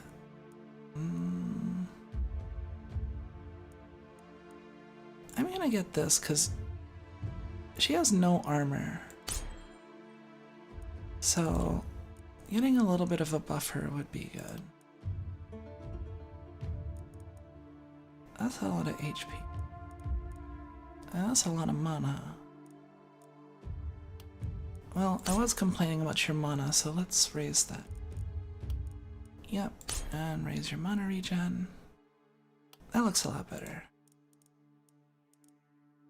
Okay, next up is... That's a lot of health.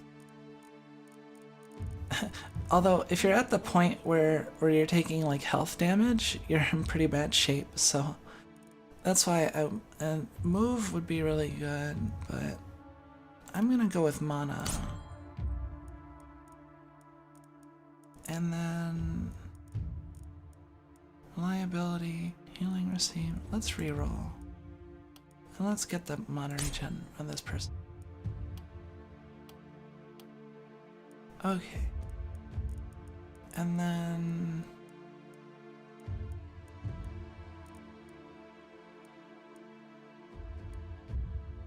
you know, we can let's try something with this person. We can do back protection.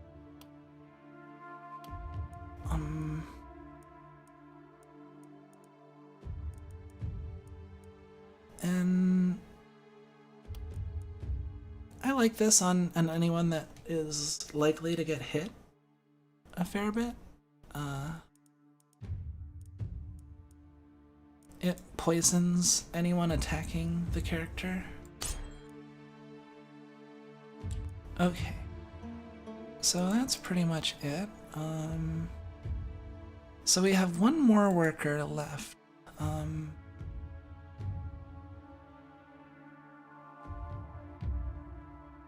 I think I'll use that here. Oh yeah, raising these would be good too. I haven't actually, hold on.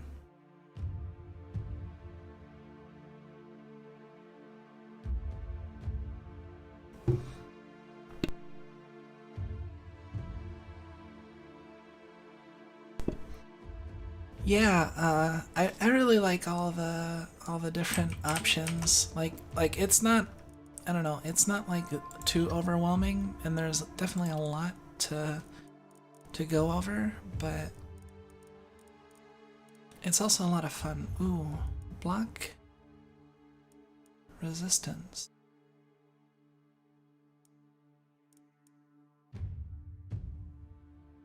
Let's go with block, because that's an uncommon attribute, so it's a little bit more. And that's already a lot of daily mana regen for this character.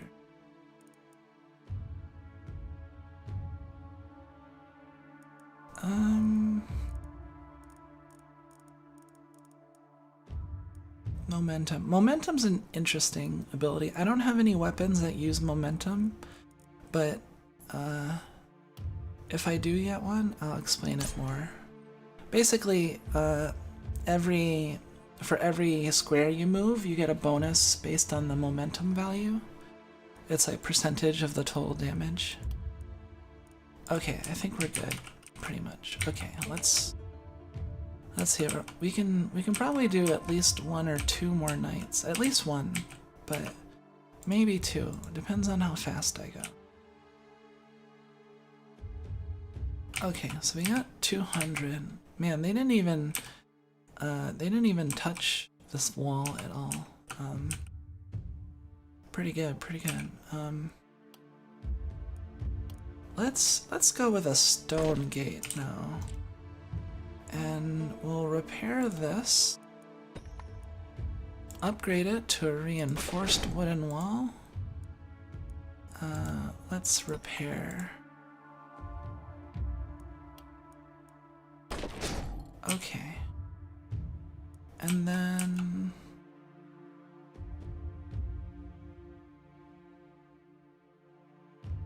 yeah, like you feel there's definitely like a lot of you feel very effectual, I guess you can say, with your 15, 45, 60.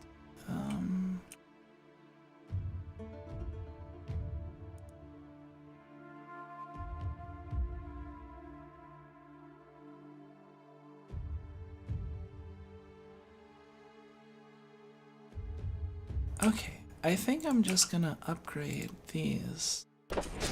Let's go with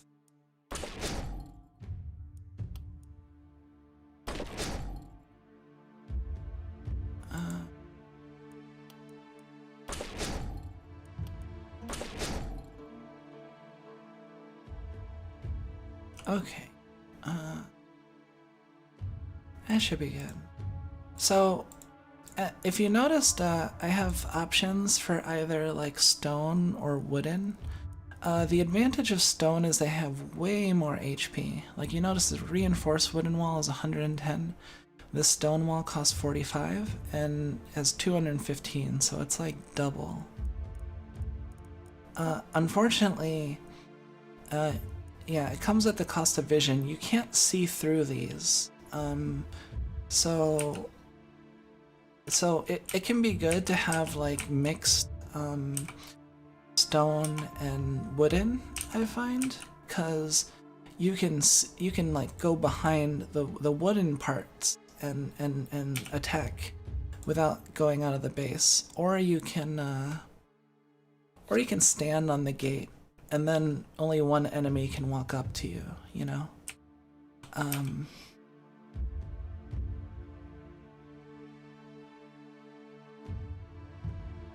Yeah, there's definitely a lot of meaningful choices. I think as long as you're not like set on beating the game in a quick amount of time, and you're ready for a lot of trial and error, then it's good. But yeah, I definitely have felt that like my choices are very effectual, and I haven't like researched any strategy or looked up like what other people are doing with the game really. So this stuff is all basically stuff I figured out. So I'm still trying to figure out like what's the best build order, because the amount of gold you get at the beginning is kind of predictable. So okay, well let's just start things now. Oh, this is one of my favorite tracks.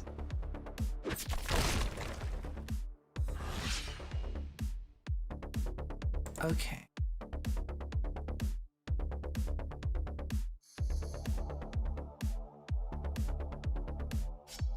Okay, let's move you up.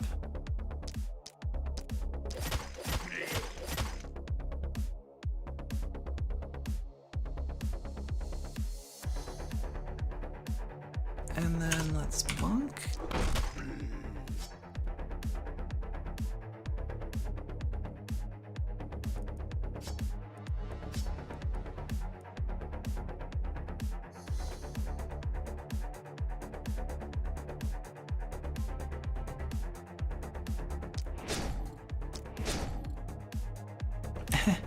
We'll see.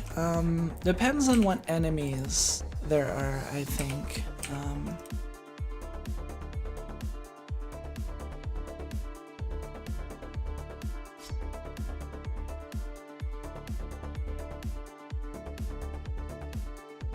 Oh, I deal a lot more damage now.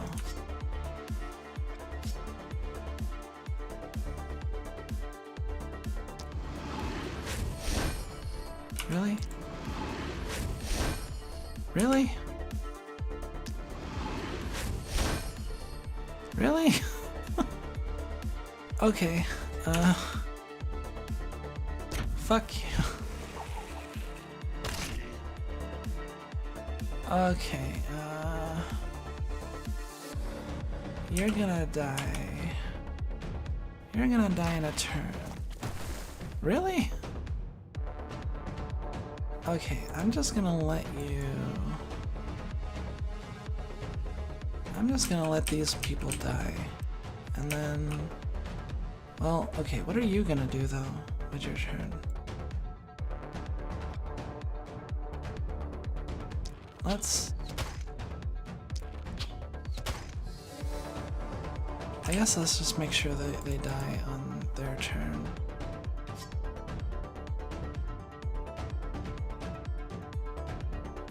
Okay. Wait.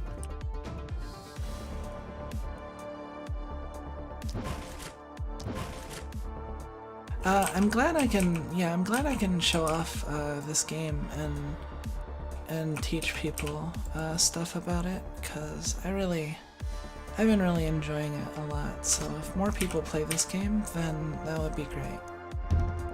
Let's end the turn. Okay.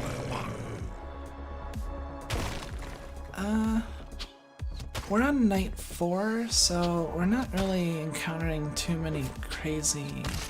Nothing really new as far as I can see. Although these archers are a little bit annoying. Let's rely on our OPS knife throw some more.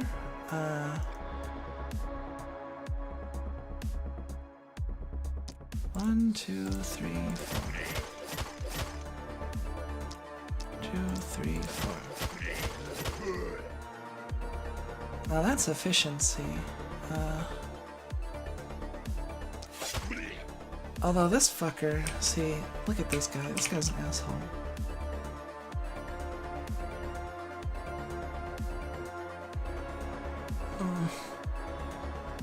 Oh yeah, so this propagation ability is what causes, it chains some of the damage as well as like the poison and stuff, but it only hits people that are right next to the unit, or like they have to be connected on the cardinal direction. So like watch, like it won't hit these people, it'll hit all these. Yeah. Okay. This guy is gonna be annoying.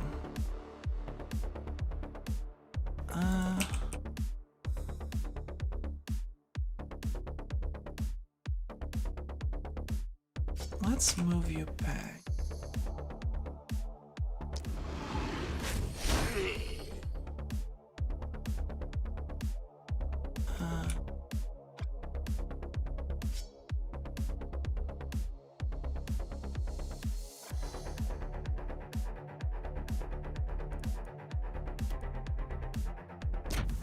I'll throw poison out.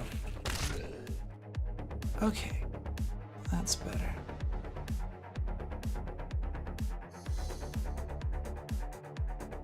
These ones will die.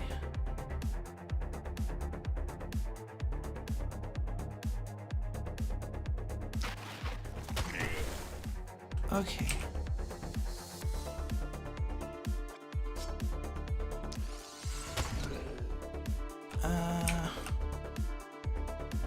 See, I wanna deal with this. Maybe my druid will be all right over there. Although,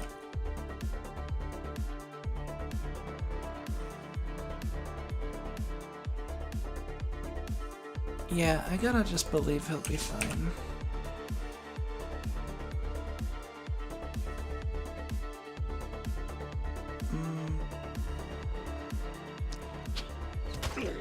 Let's just...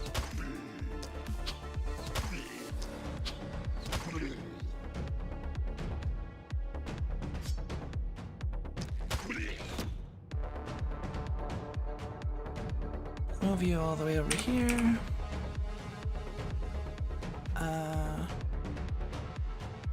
Although I suppose I could just try to chase them down.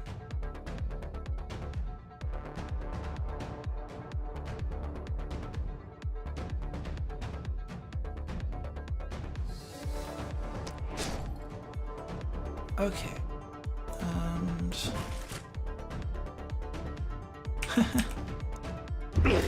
Okay.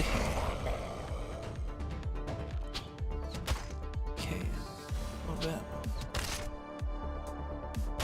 Yeah, definitely. See, this is why I was talking about blocking like the sides, because they can definitely go around. Let's see if I can. My archer can't. Line of sight is pretty annoying though. Okay, good, I can reach.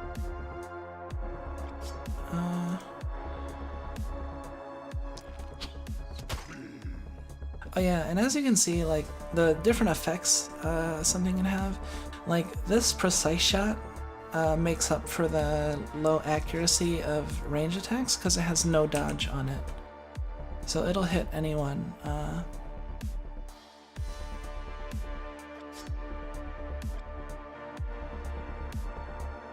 Okay.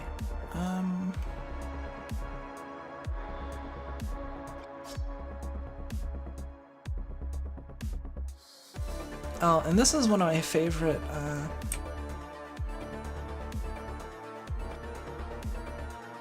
can I hit? No. Rain of Arrows, this is like one of the best parts of a short bow, in my opinion. You don't need line of sight, because it has vision, and it'll hit up to 7 targets, like so. And it's very strong, that's the other good thing about it.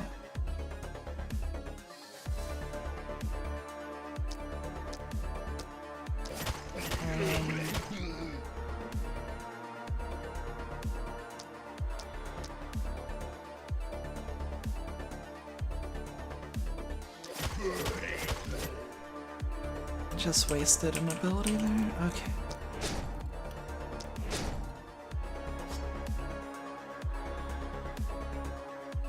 Okay, they're good. Now I just need to deal with these. Okay, so the Druid Staff, I haven't been using this, but the Druid Staff sort of has a combo with the Power Staff, because the first ability has opportunistic, so that's the bonus damage if they're like debuffed. And then this very easily debuffs enemies.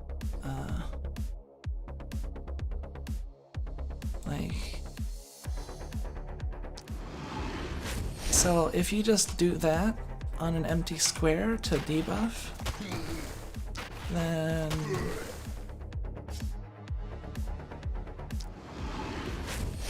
like so. Requires line of sight. Okay.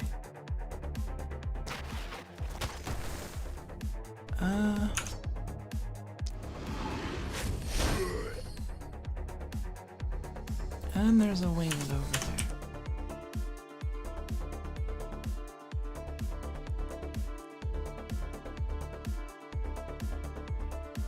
Yep, still ripping and tearing.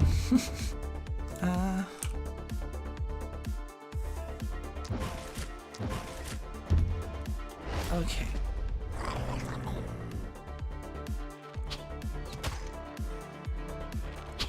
Let's see here.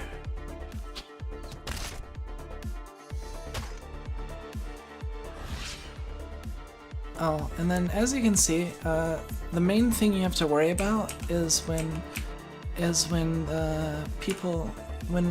enemies get past your initial gate, then they will raise the city panic, and then you'll get less rewards. So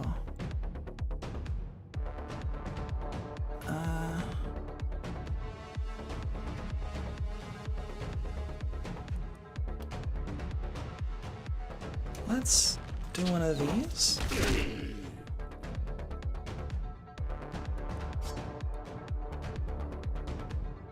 Move you back one, and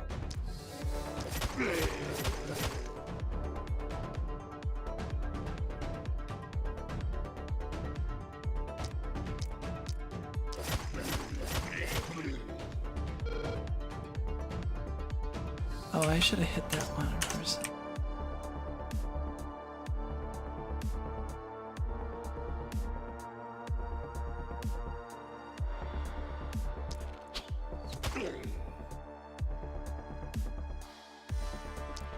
Okay.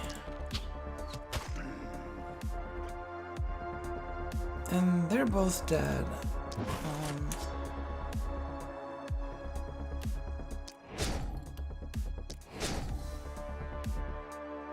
Okay.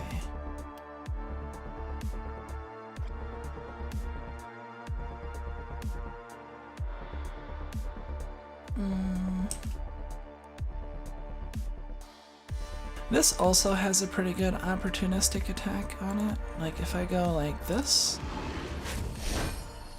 so the Druid Staff combos with itself too, so I can like do this. Because this does double damage. See, opportunistic plus 100%. So it deals double damage if they have a debuff, which is really easy to do with the Power Staff, because the first attack debuffs everyone around the main target.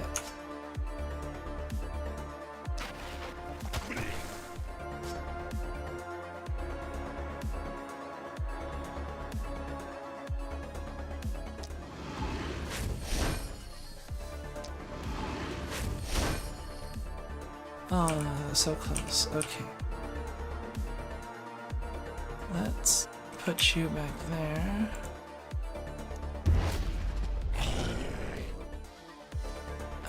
This is going pretty well so far.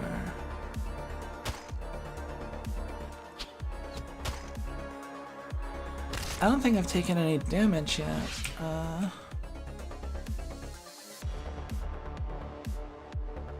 Okay.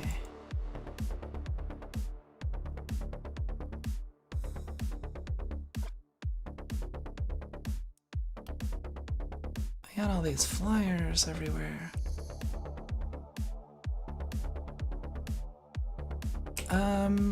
Any abilities that take effect when you're debuffed? I don't think so. I don't think there's anything that gets stronger if you're debuffed. So let's...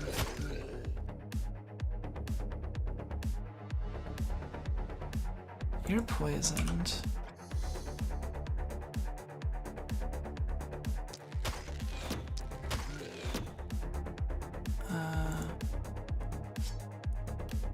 I can't reach them. Okay, so you're on your own.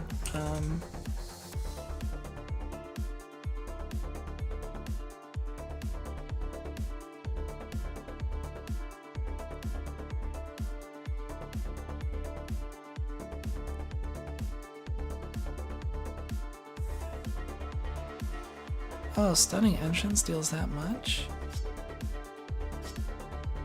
This is an attack I should probably use a little more often, but... Okay.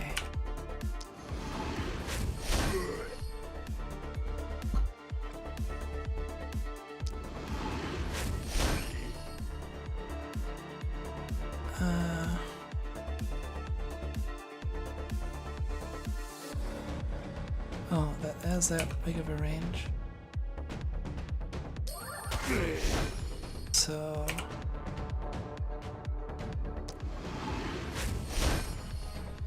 One HP.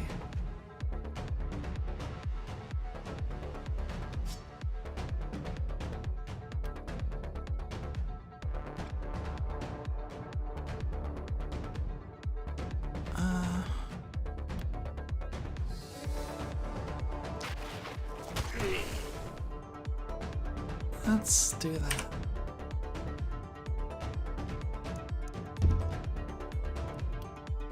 Let's...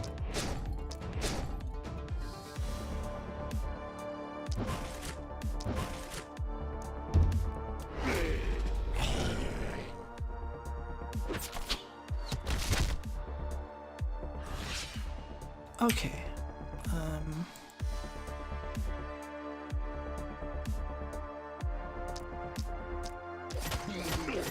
Let's rely some more on this really, really good dagger throw.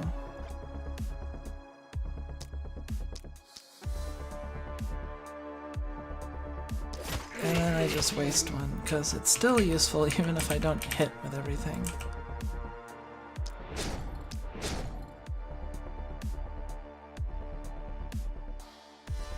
Okay, now we can move you over here.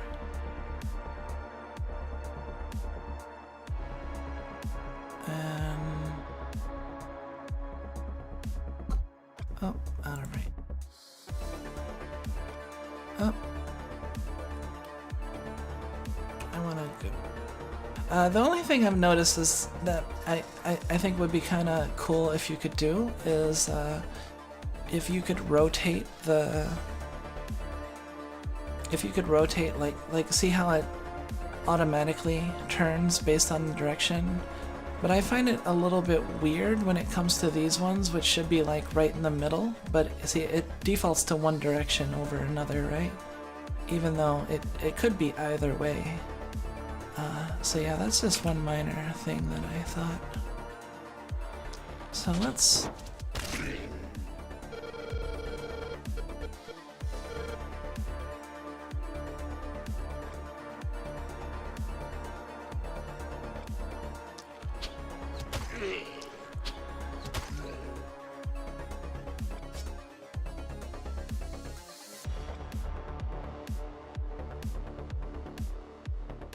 Okay.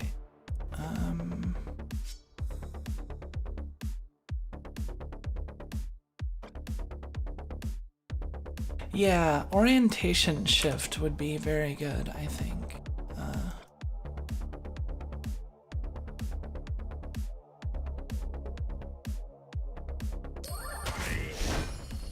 Okay, you're stunned. I'll kill you. Kill you.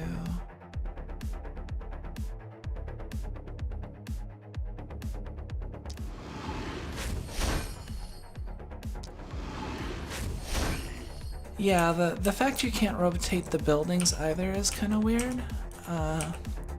At first I thought it was kind of like intended design thing, because like the way you kind of Tetris the buildings in. But like, I mean, it doesn't really make that much sense why these can't go like this way, I guess. I don't know. That's something I could see them changing. But overall, like, the stuff that I think might be worth changing is pretty minor.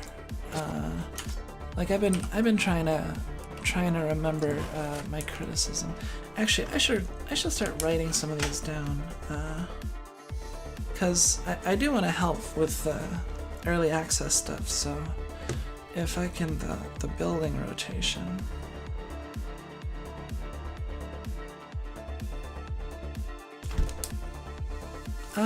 It could be because of the art assets, although, see, I don't know why, like, for example, the houses go only this way, but if they went this way, like, couldn't you just flip the sprite? Like, wouldn't, isn't it just a I mean, I don't know, like, that's what I'm curious about. Like, you should be able to flip, like, it's an isometric grid, so if there's if you just mirror this, then it's facing the other way, you know what I mean? Okay. Asshole.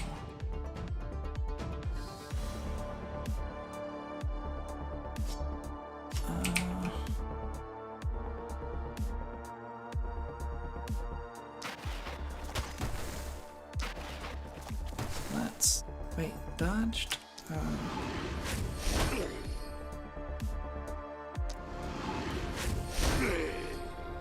Okay, and then yeah, but you don't really need to have the ability to turn it completely around, because the facing's not important. The actual facing's not important, you know. Like, there's no reason why you'd want to have like the door of the magic. Pretty good, pretty good. And yeah, this is why you really want to make sure that they don't get into your city, because you'll lose out on these rewards, and then it's just kind of a slippery slope. You're taking city damage, and then you're getting less materials, and it can get pretty... See, I always want to get this one, because it's just free 45. Cast 4 skills by torso items. Spent 15 mana. Inflicted alterations. So yeah, some of these you can kind of go for. Ooh. Okay, so...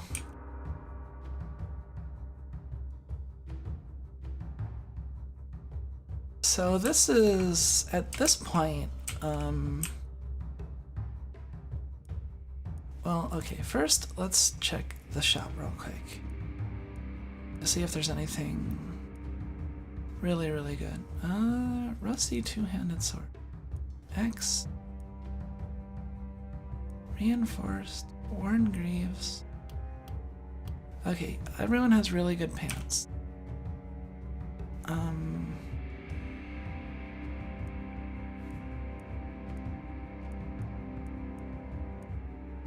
Reinforced medium armor. Okay, I think I'm gonna upgrade the shop now. I think it's come time to upgrade the shop. So let's... And I don't think I'm gonna get my new unit this time, but maybe on the next night, for day 6, probably be really useful. I think starting on like night 6 is when they start going like opposite ends, so it becomes really hard to have your third person. Hey Yuli! Yeah, thanks for coming. Let's see here. It just caught me in the middle of some last spell, and let me make sure I have enough to... So as you can see, the fog line is really like close, and you saw like I can't fight or access the enemies that are behind the fog line, so it's really annoying to deal with that. I think, okay, well, let's start off with the obvious thing. I'm gonna get my free 50 gold.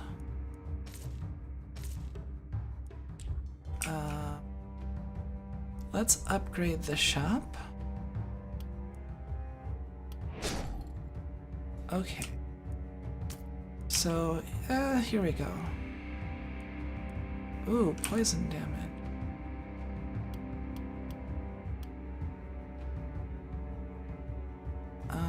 More light armor.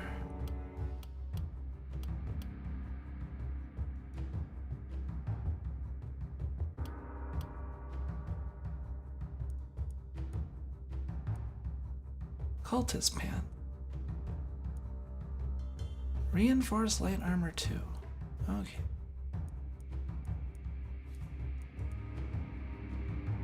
Resistance reduction, plus 24%. That's a lot. Plus 25% poison damage. Okay, so there's nothing in the shop that's like, whoa. So then let's get to the night reward now. Okay. Dagger plus 2. Well, we already have a good dagger. Although more daggers would be good. You kind of want to prioritize specific types like physical, ranged, or magic, just because, you know, you have the stuff that boosts those specific attributes. So you can mix weapons, and I'm sure there's a lot of versatility to be had if you like have someone that has like a melee and a ranged weapon, and you can probably mix your stats pretty well. It's just I try to let's see. Can I stop this first? I want to see what. Ground shield, rusty shield. You have 2. You know, actually, I might want to replace this crossbow.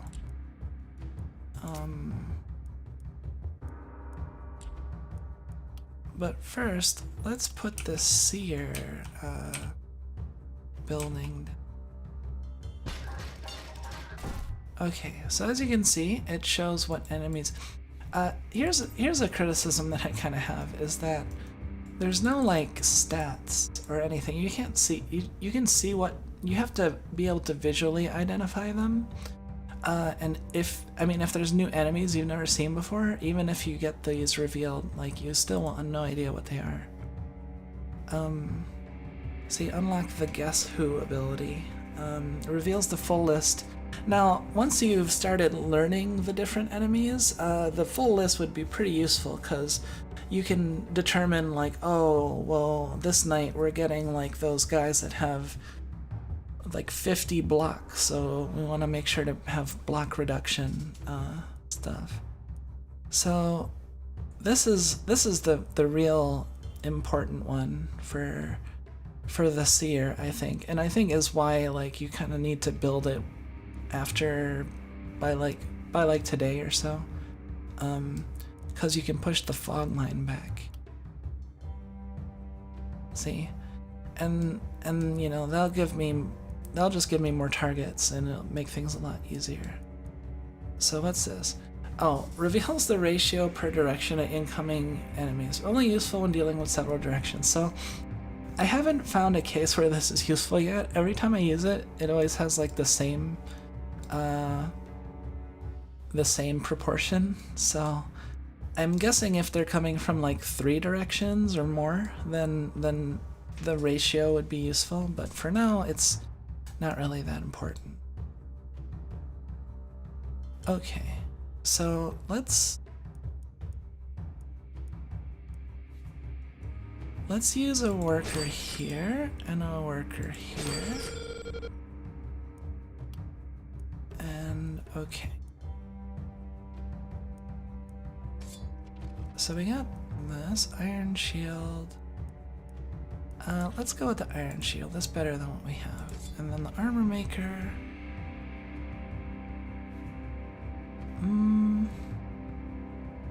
Magic boots. Round shield. Linen armor.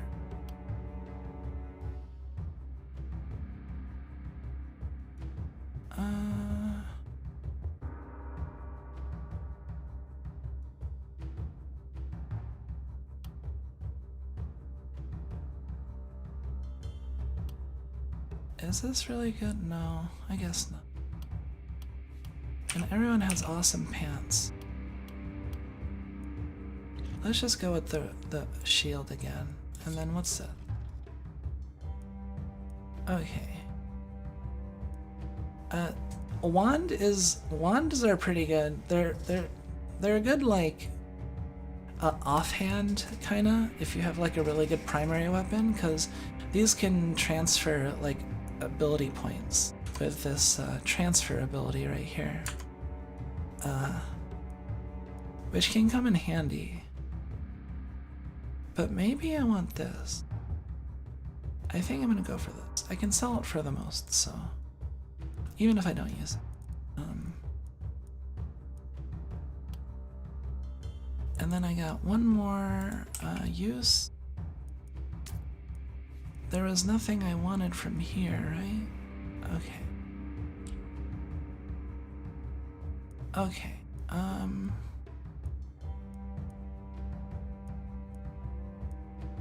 You know, I'm gonna upgrade this just so it gives me from 20 to 35, because I'm gonna use it one more time. So I'll basically get plus 30 because, yeah. Okay. So that's everything.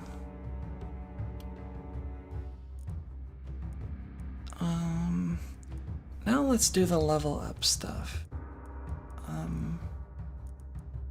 Range damage. Let's go with more dodge. 26% dodge, that's pretty good. Resistance reduction. Daily mana regen. Let's go with resistance reduction, because that's gonna start getting more annoying as the days go on. So now we have access to tier 3 abilities, which is really good.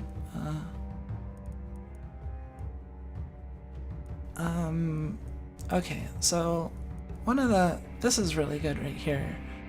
Move point penalty from wearing a body armor is reduced, so heavy armor typically has move point penalties, so if you get this, then you're basically increasing your movement by 1. So, for this character, wait, let's move to Johan first. Okay, so on Johan, this magic fuel is good. And then I think for Layla, oh wait, no, that's not Layla, Anush.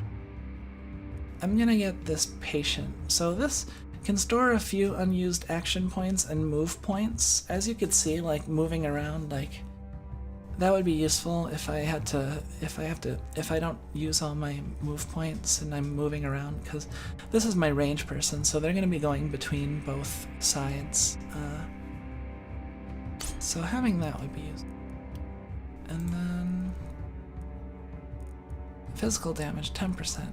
See, now notice like when I got like 12% range damage, but like if I get this, then I'm pretty much even on physical and magic, and I can just give them a physical. So the versatility you get there might be worth it. I guess let's just go for crit though. And accurate. Because missing is really annoying. Okay, and then power staff person. Let's go with more mana. And more mana regen. There are buildings, these right here. I was building them before early on, but now I kind of try to conserve things so I can build them as late as possible. but you can use workers to regenerate like your HP and MP. So if you're like really burning through the mana and stuff, it might be worth it to build a mana well so you can use your workers to store MP. Anyway, so let's upgrade this area.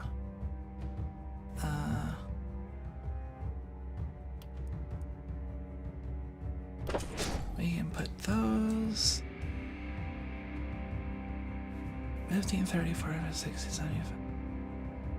Okay, I think I'm just gonna upgrade these to reinforced wooden walls.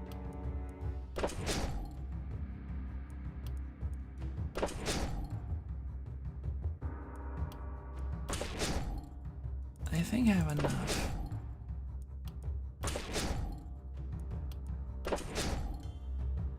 And then that.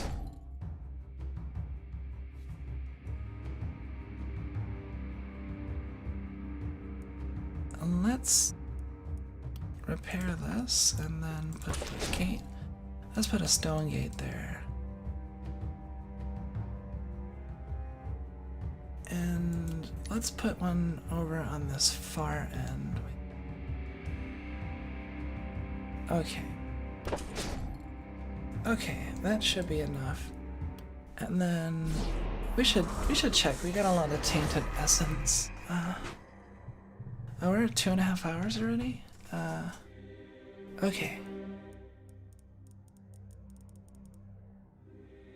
Alright, well if you have to go, thanks for coming. Thanks, I'm glad you were able to enjoy another stream of mine. Let's find out about the magical waste coming from a tremendous explosion of magic. A forbidden spell. Rings a bell? I thought that you, above anyone else, should know about all this mess. Don't you? Yeah, I saw the intro. We'll talk about that matter another time. My memory is covering, but it's still a bit fuzzy. Okay. So...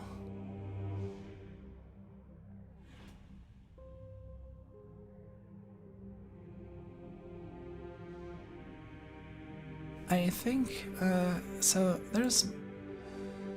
I've been kind of prioritizing like unlocking more armors, cause the weapons, like unlocking more weapons, it just means you get like potential of like how I had the silver dagger and it had like, starting stats on it that were pretty good.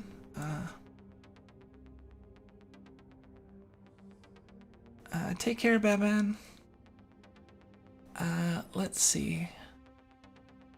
Although I have been really curious about these like catapults and stuff. So maybe I'll unlock one of those. I should have probably saved some of my resources so I could.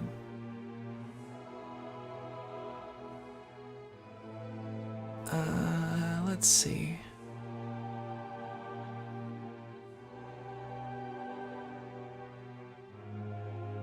Well, I think the strategy I'm gonna go for is I'm gonna unlock the weapons that I think are really good.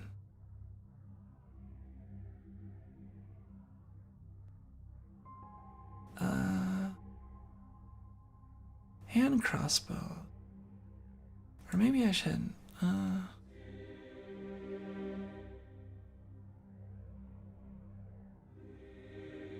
what do you think? Anyone have any opinions? I could unlock more armors.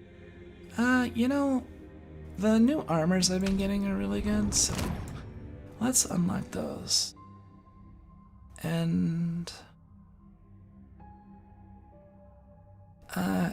I think, well, steel axe, two-handed sword, pistols, rifle.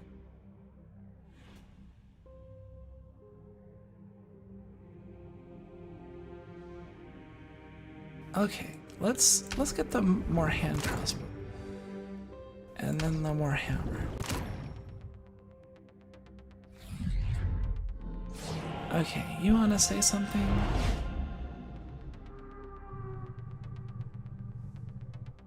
Okay, you have nothing for me. Okay, and we're pretty much all set. Let's see, 2.5 hours so far, and it's around the 5th night. So yeah, there's 12 nights.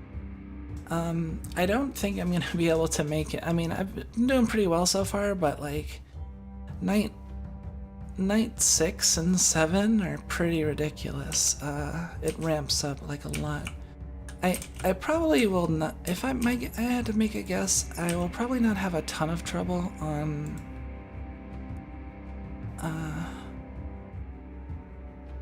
I don't think I'll have a ton of trouble on this night, but after this. So tomorrow's session of the last spell should be pretty interesting. Because I could die, like, within 1 or 2 days.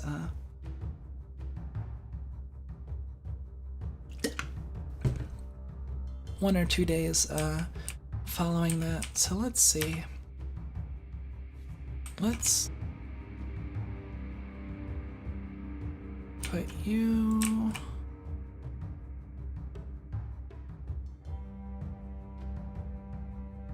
Okay, I think we're pretty much all set.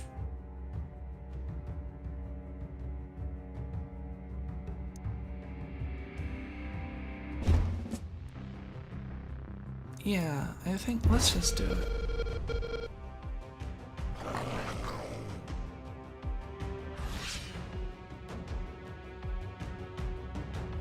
Let's see what new enemies we got. Okay, so the splitters are new, and I think the crawlers are new.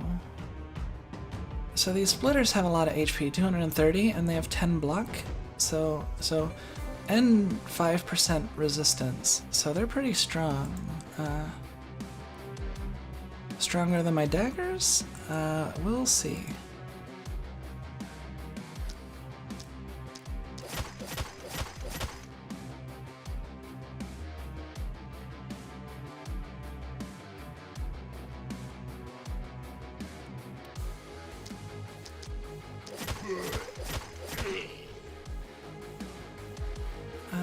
Okay.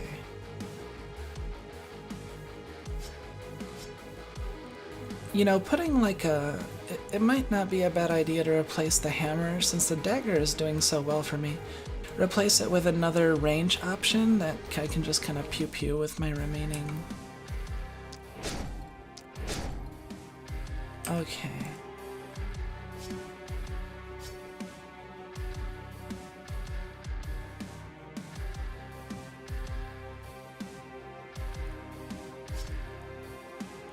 Opportunistic.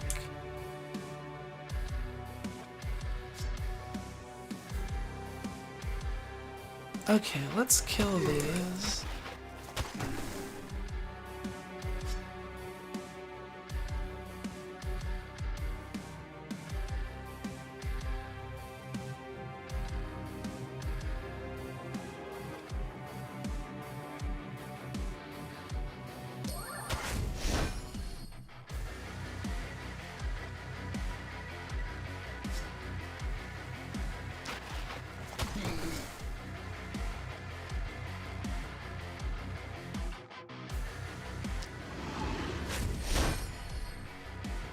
Okay,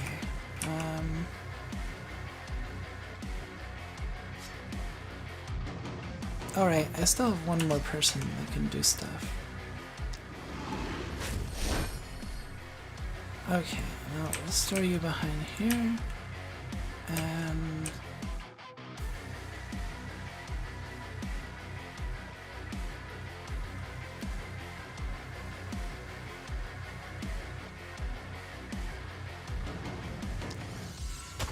So power shot. Oh, and another thing I noticed, okay, so this is, if you notice on some of these attacks, like, it's all like one solid spot, but on these attacks, like, there's staggered right here, and that basically means that stuff outside that range, your opponents have a higher dodge chance, see? Like right here is 1.5 because it's inaccurate, and then this is farther away, so they have an even higher dodge chance, so it's something to keep in mind. However, if they have no dodge, then that times 2.6 is still 0, so... And then the reason why this attack doesn't have it is because precise shot can't miss. That's one of the biggest advantages of it. Let's...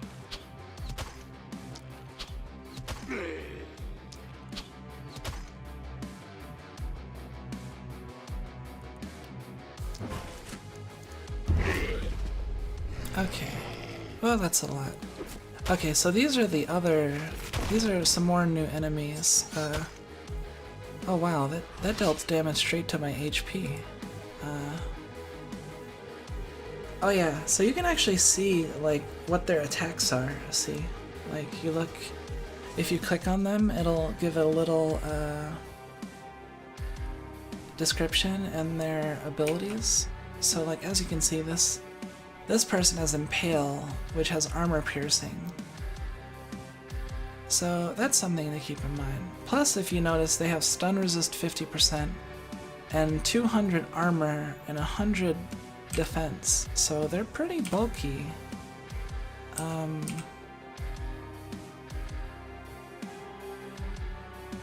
However,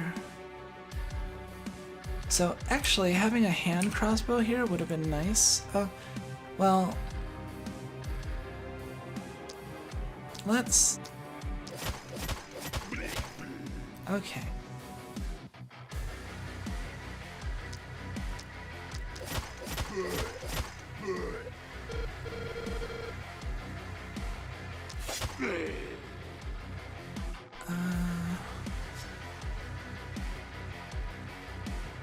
Bonks?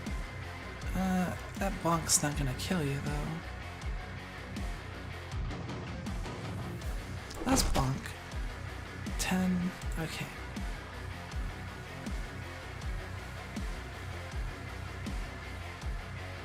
So, this is where poison comes really in handy.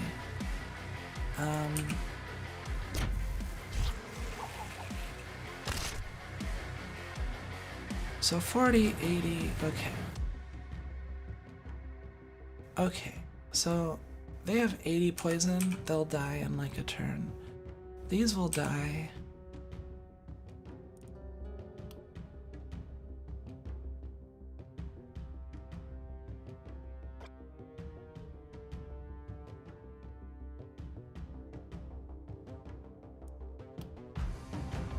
Let's go with this. Okay.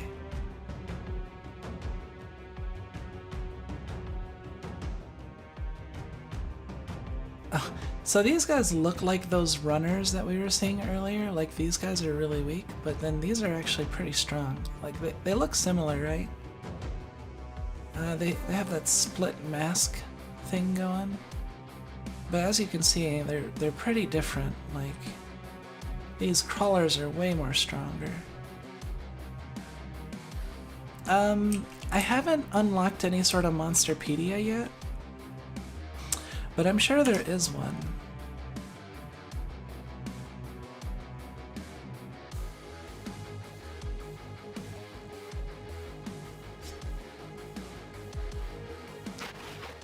So, oh really?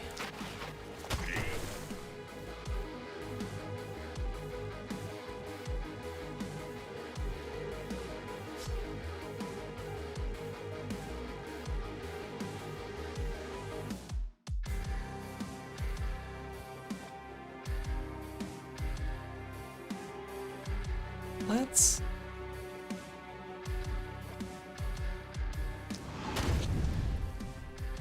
Dodged and... okay.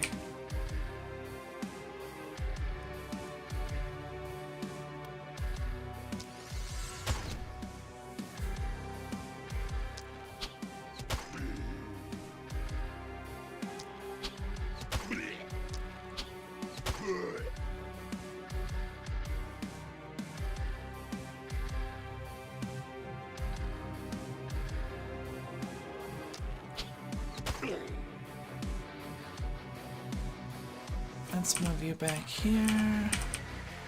Okay.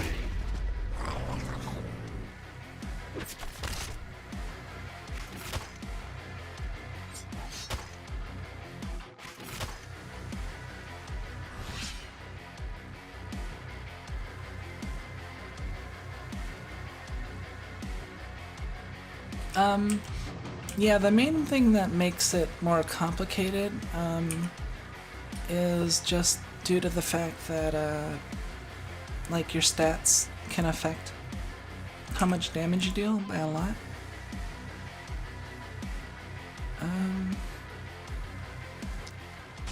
Let's do that. Okay.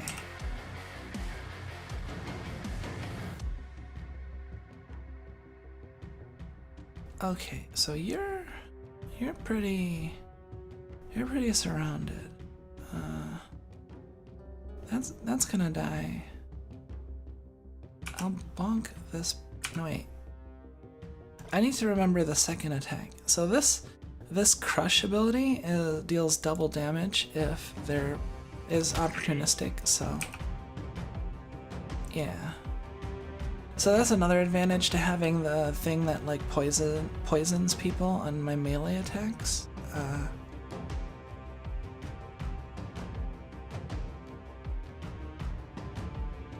So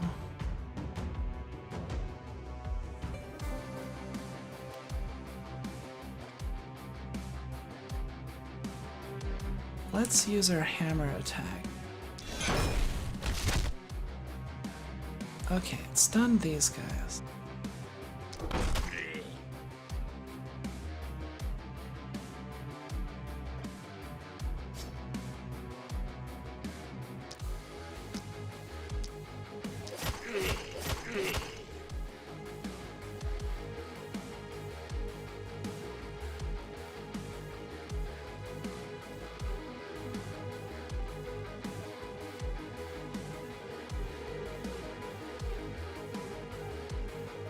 Fill that in the PDF.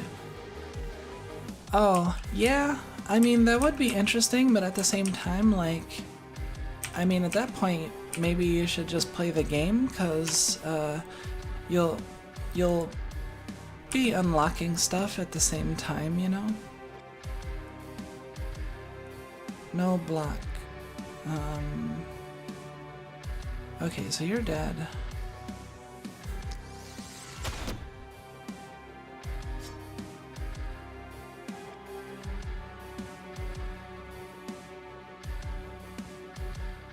Okay, so I can do the druid staff here.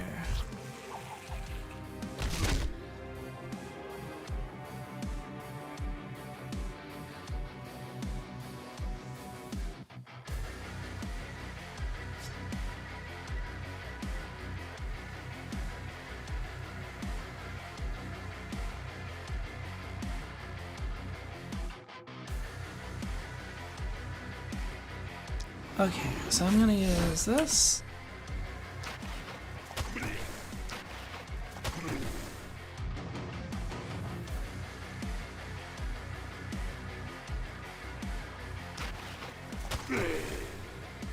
Oh yeah, I mean, if there was a way for you to keep track of that somehow, that would be good.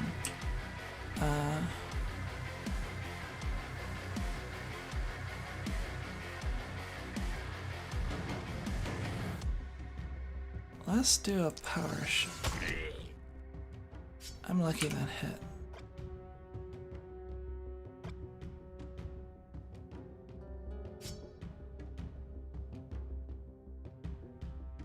Okay, so I think I'm gonna...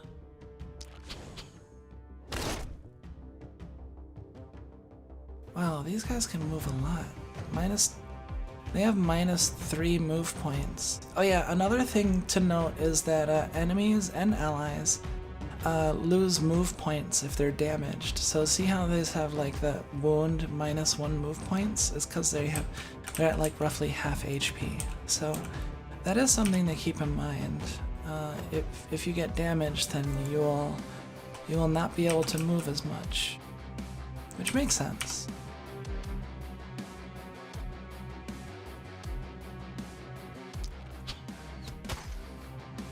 Okay.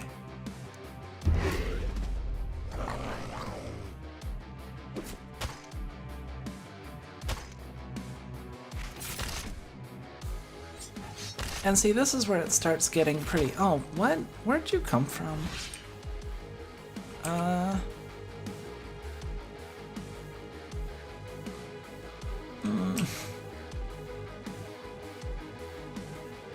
Okay, let's... I need to take out more at once.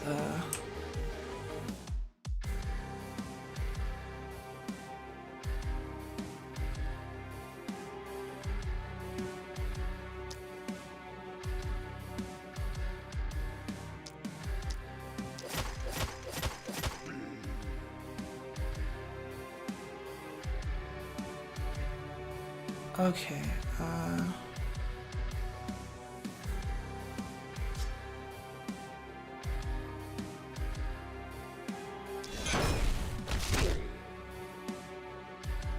Good, good. I stunned them.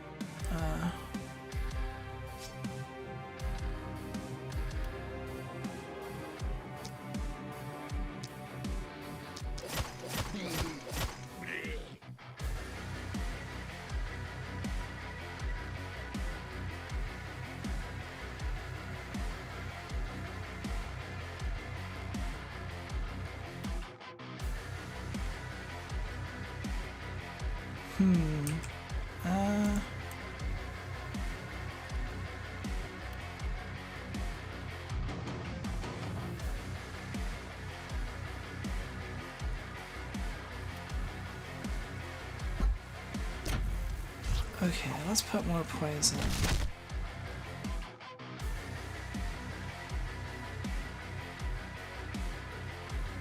Oh yeah, see, another nice part about this druid, the druidic staff, is this entangle ability.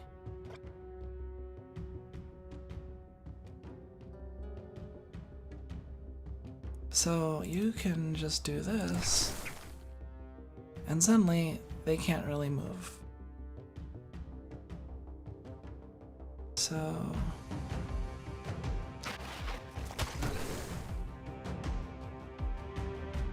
let's put you over here because I want you to take care of that person.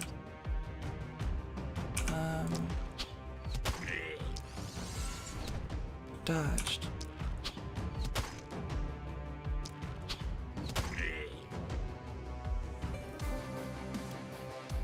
Let's... You have a lot of poison. Okay.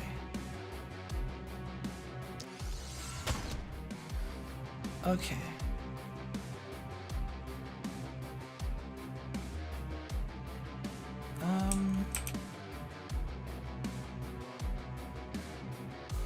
Maybe go over here?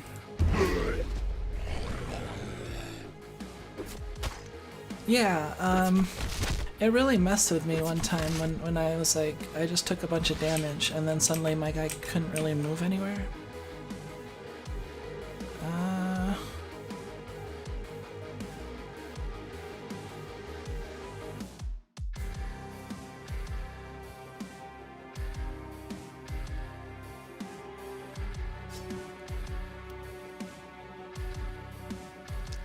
Let's...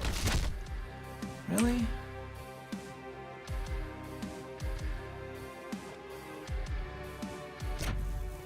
Okay, let's...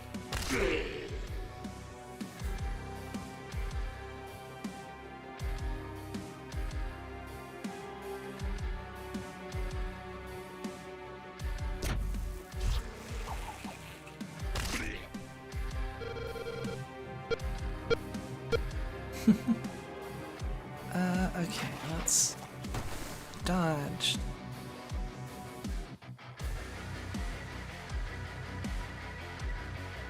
Oh, there's a lot of enemies over there.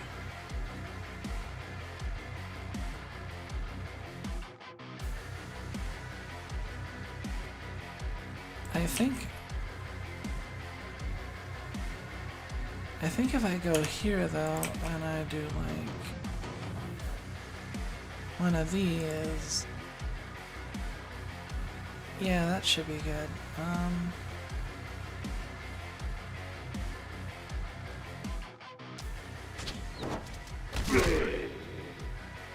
Okay.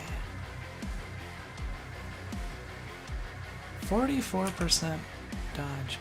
Oh yeah, and if you look at the upper right, it'll actually tell you the chance after it's been adjusted, which is pretty useful. So like 23%, or 0, or 44%. So it's really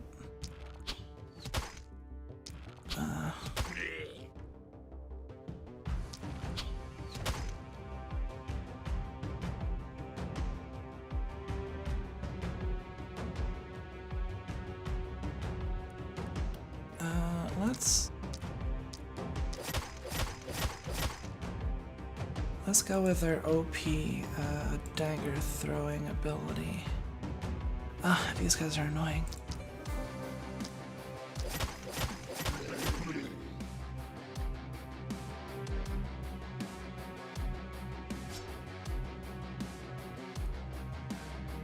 I hope they don't nerf the dagger throw.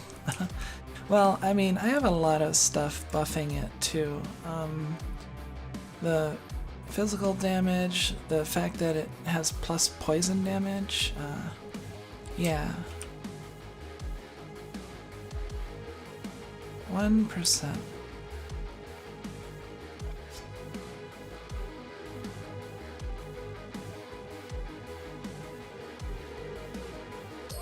Let's do that. Okay, maybe this was a bad idea.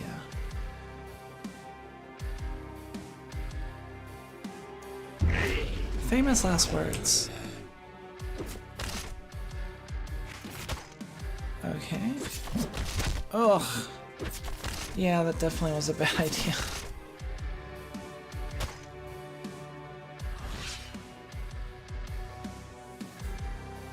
Oh boy.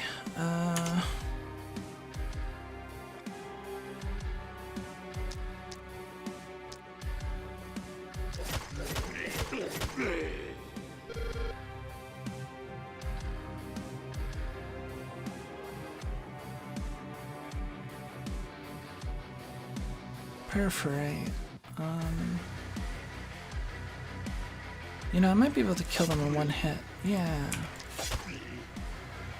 Okay. So yeah, this is a good armor piercing.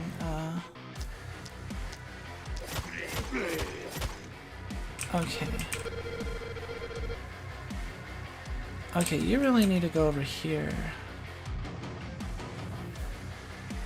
Wait. Kill this person first.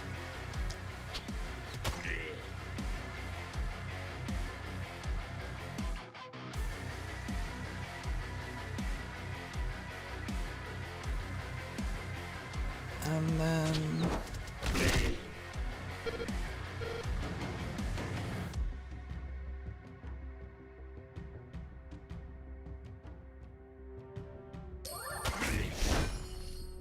Okay, so stun. They're poisoned.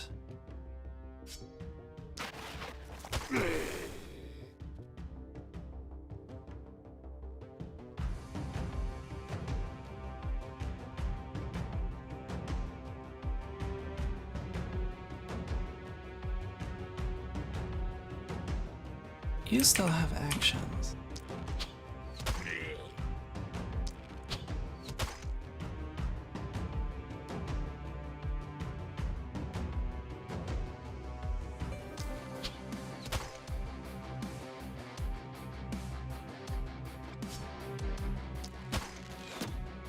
Okay,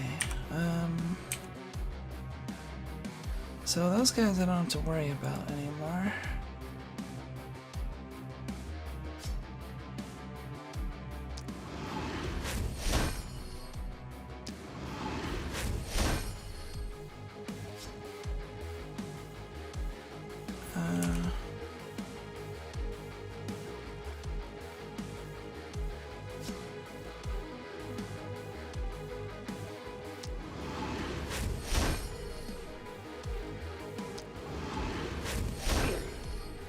Okay, that's...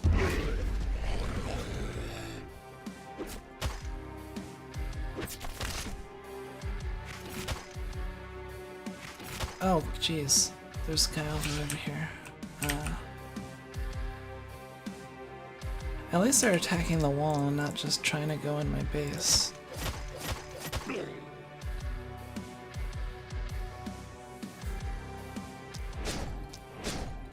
Yeah, I think after this night, I'm gonna end the session. But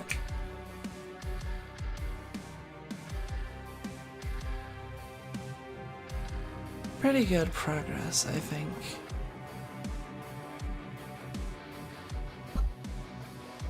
Okay.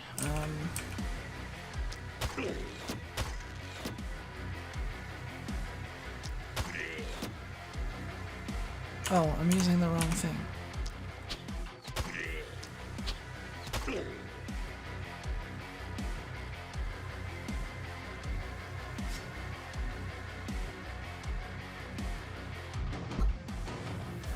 Oh, out of range.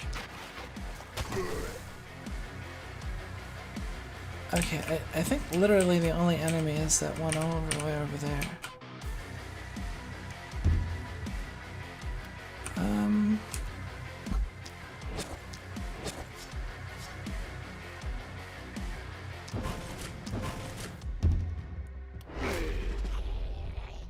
Oh no! Oh no! My city panic! No.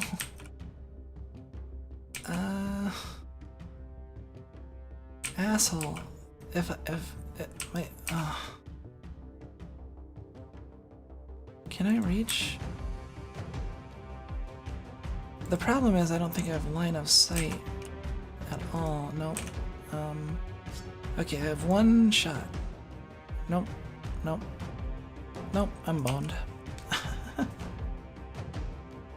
Oh well, there goes my...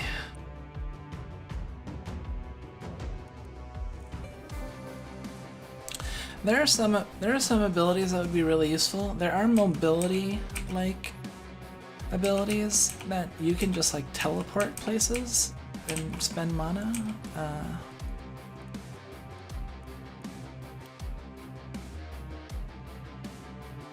Maybe if I go here. Oh, so close.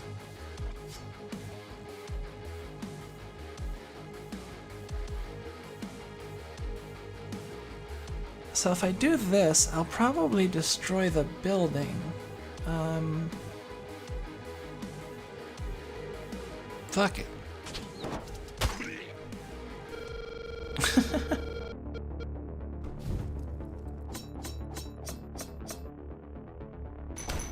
Alright, only an A because we lost all that HP.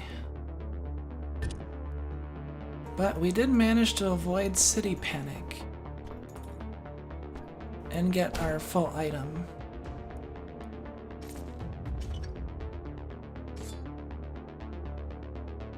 And yeah, I got a lot of stuff. See, you get increasingly more essence. Oh, at least I got some.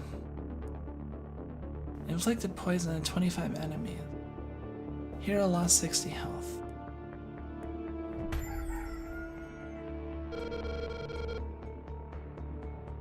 Yeah, so it is getting pretty, I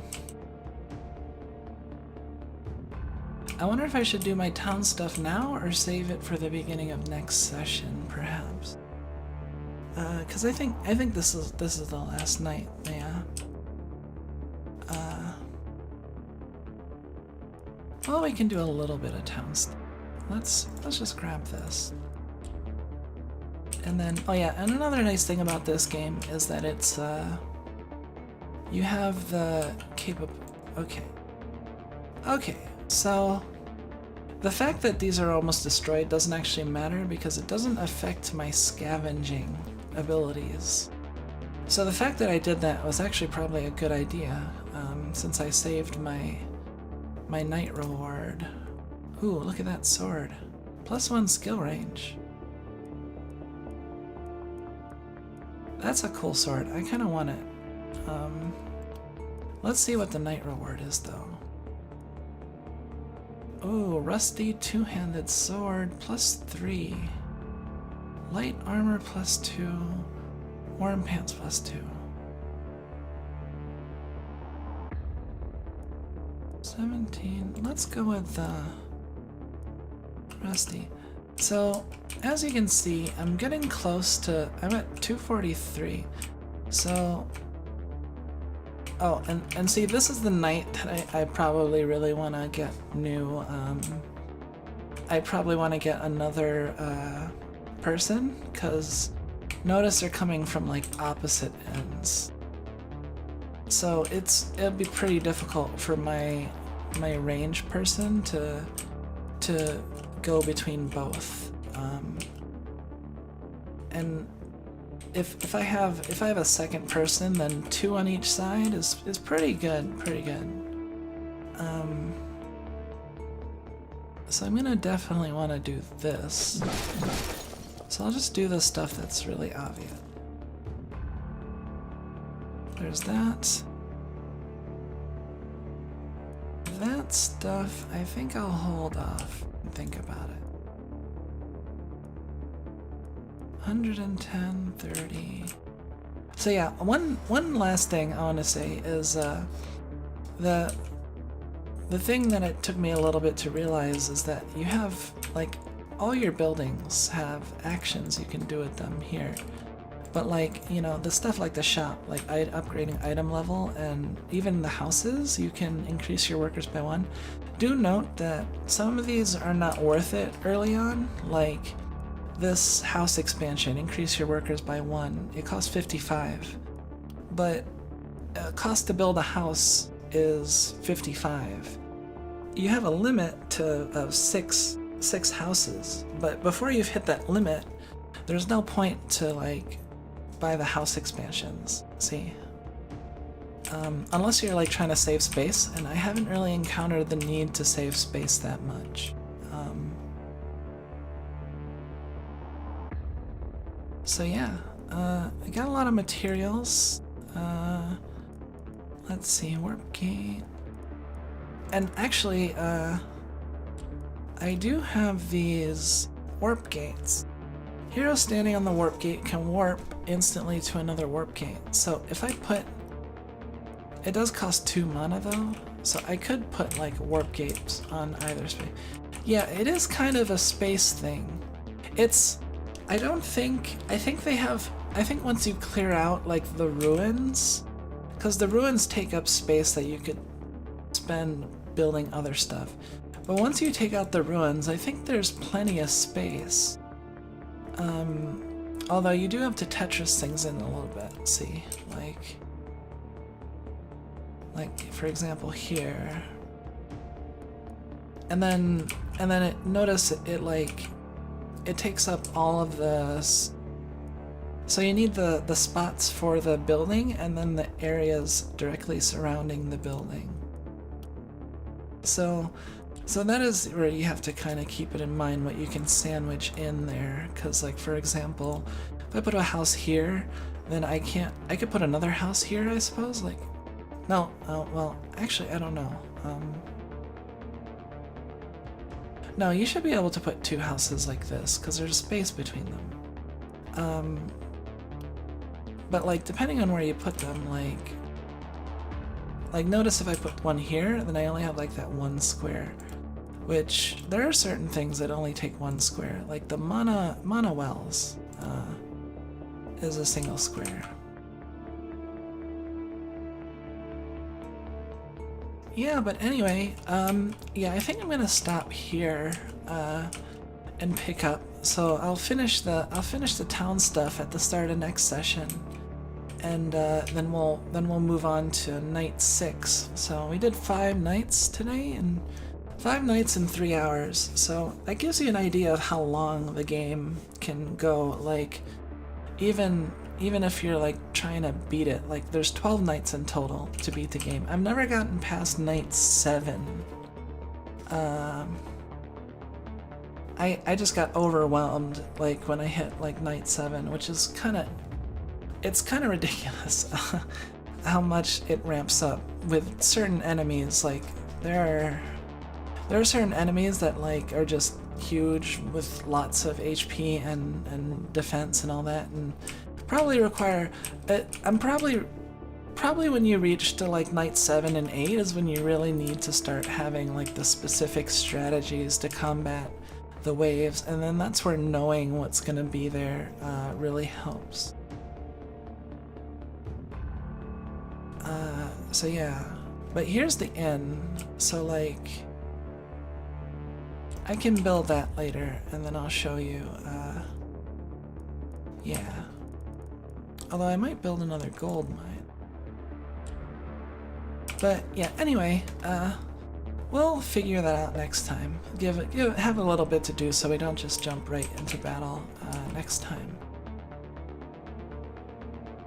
Yeah, basically. I mean, especially since there's so much like variety and like the different abilities. Like as you can see,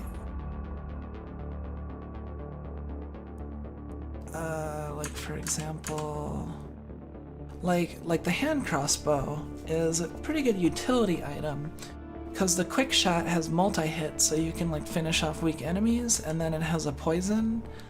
And it has an ability that you can hit right through armor, and then so like, you know, I haven't figured out the best complements for all the weapons, but oh, and then see like there's this snipe shot that has no dodge, and so like if you're encountering like an enemy that has a huge dodge or whatever, and see like the pistol might be good later on when I'm encountering those enemies that have like 50 block.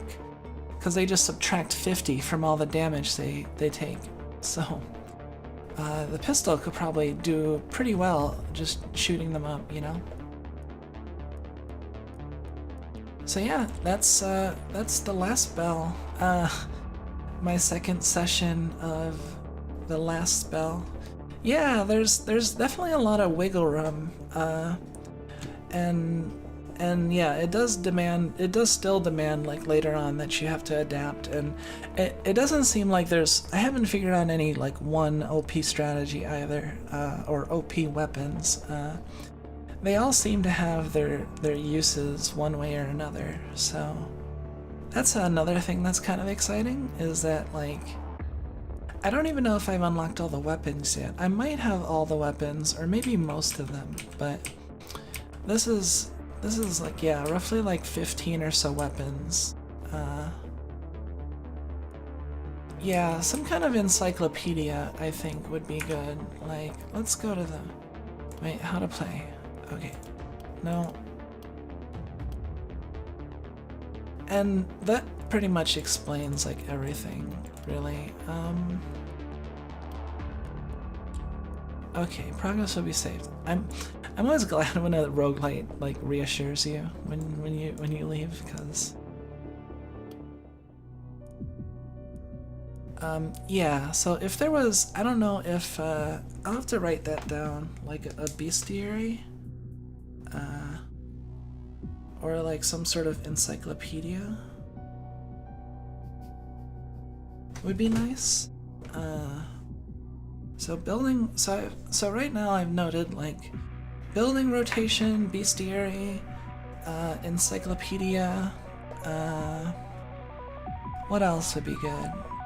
I don't know. Like, I mean, some of the stuff it's hard to say because I don't know like if they'll include it down the line, or if I even could unlock it later, right?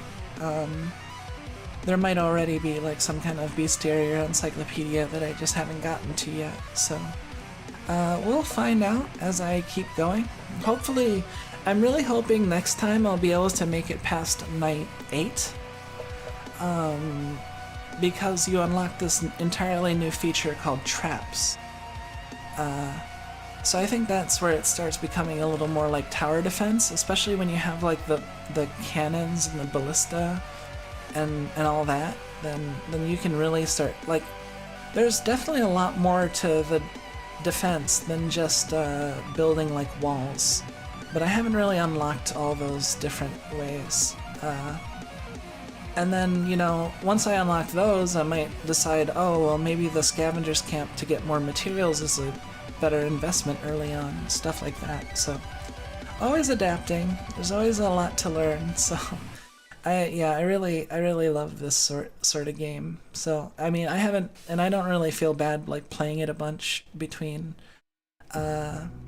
streams, because I mean, there's still more and more to find out. I don't think I'm going to get sick of this game anytime soon, so you'll probably see it at least a fair bit more as I get through it, and we'll go on this adventure together. But yeah, thank you everyone for coming to my stream, and we will... One thing I just wanted to say is that I like this intro. It kind of looks like a concert, but like if you notice over here, this guy's like getting like the Heimlich. I think that's what's happening here. Like, and like notice like his there's even like the little detail of like his arm twitching every so I don't know, I thought that was pretty amusing. But yeah, this does look like a concert of some kind. So yeah, so tomorrow at the same time is gonna be my second run of the last spell. So I am sorry to anyone who wanted to see me play more FTL, but you'll be seeing more FTL at some point.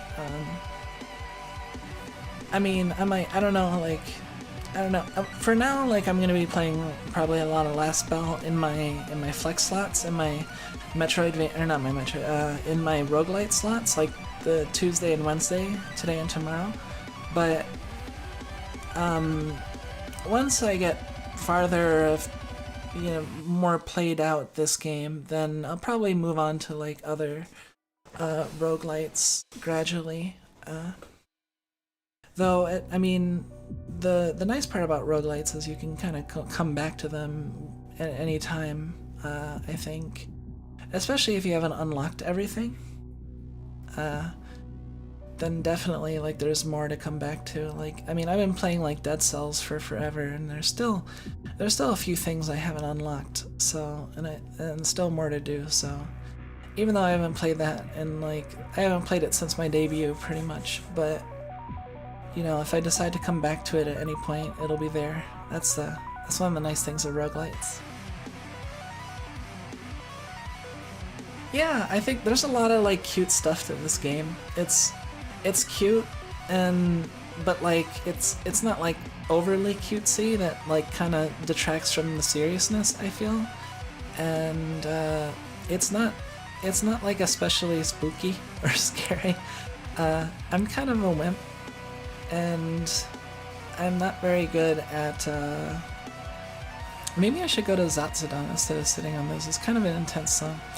But I'm kind of a wimp. I get bothered playing like Binding of Isaac, to give you an idea. So I just I don't know. That's an important aspect. It's not too spooky. But yeah. So yeah, I'm ending the stream now. Thanks for coming, and I appreciate it. And see you tomorrow. Take care, Racklad and Vending Machine and everyone else who might still be there. Bandman already left, I think, so yeah. And Yuli and anyone else. There's no like member list of who's here, so I can't really tell. It's not. I think Twitch does that though, right? But yeah, it's been a pleasure. Thanks a lot, and take care. Bye bye.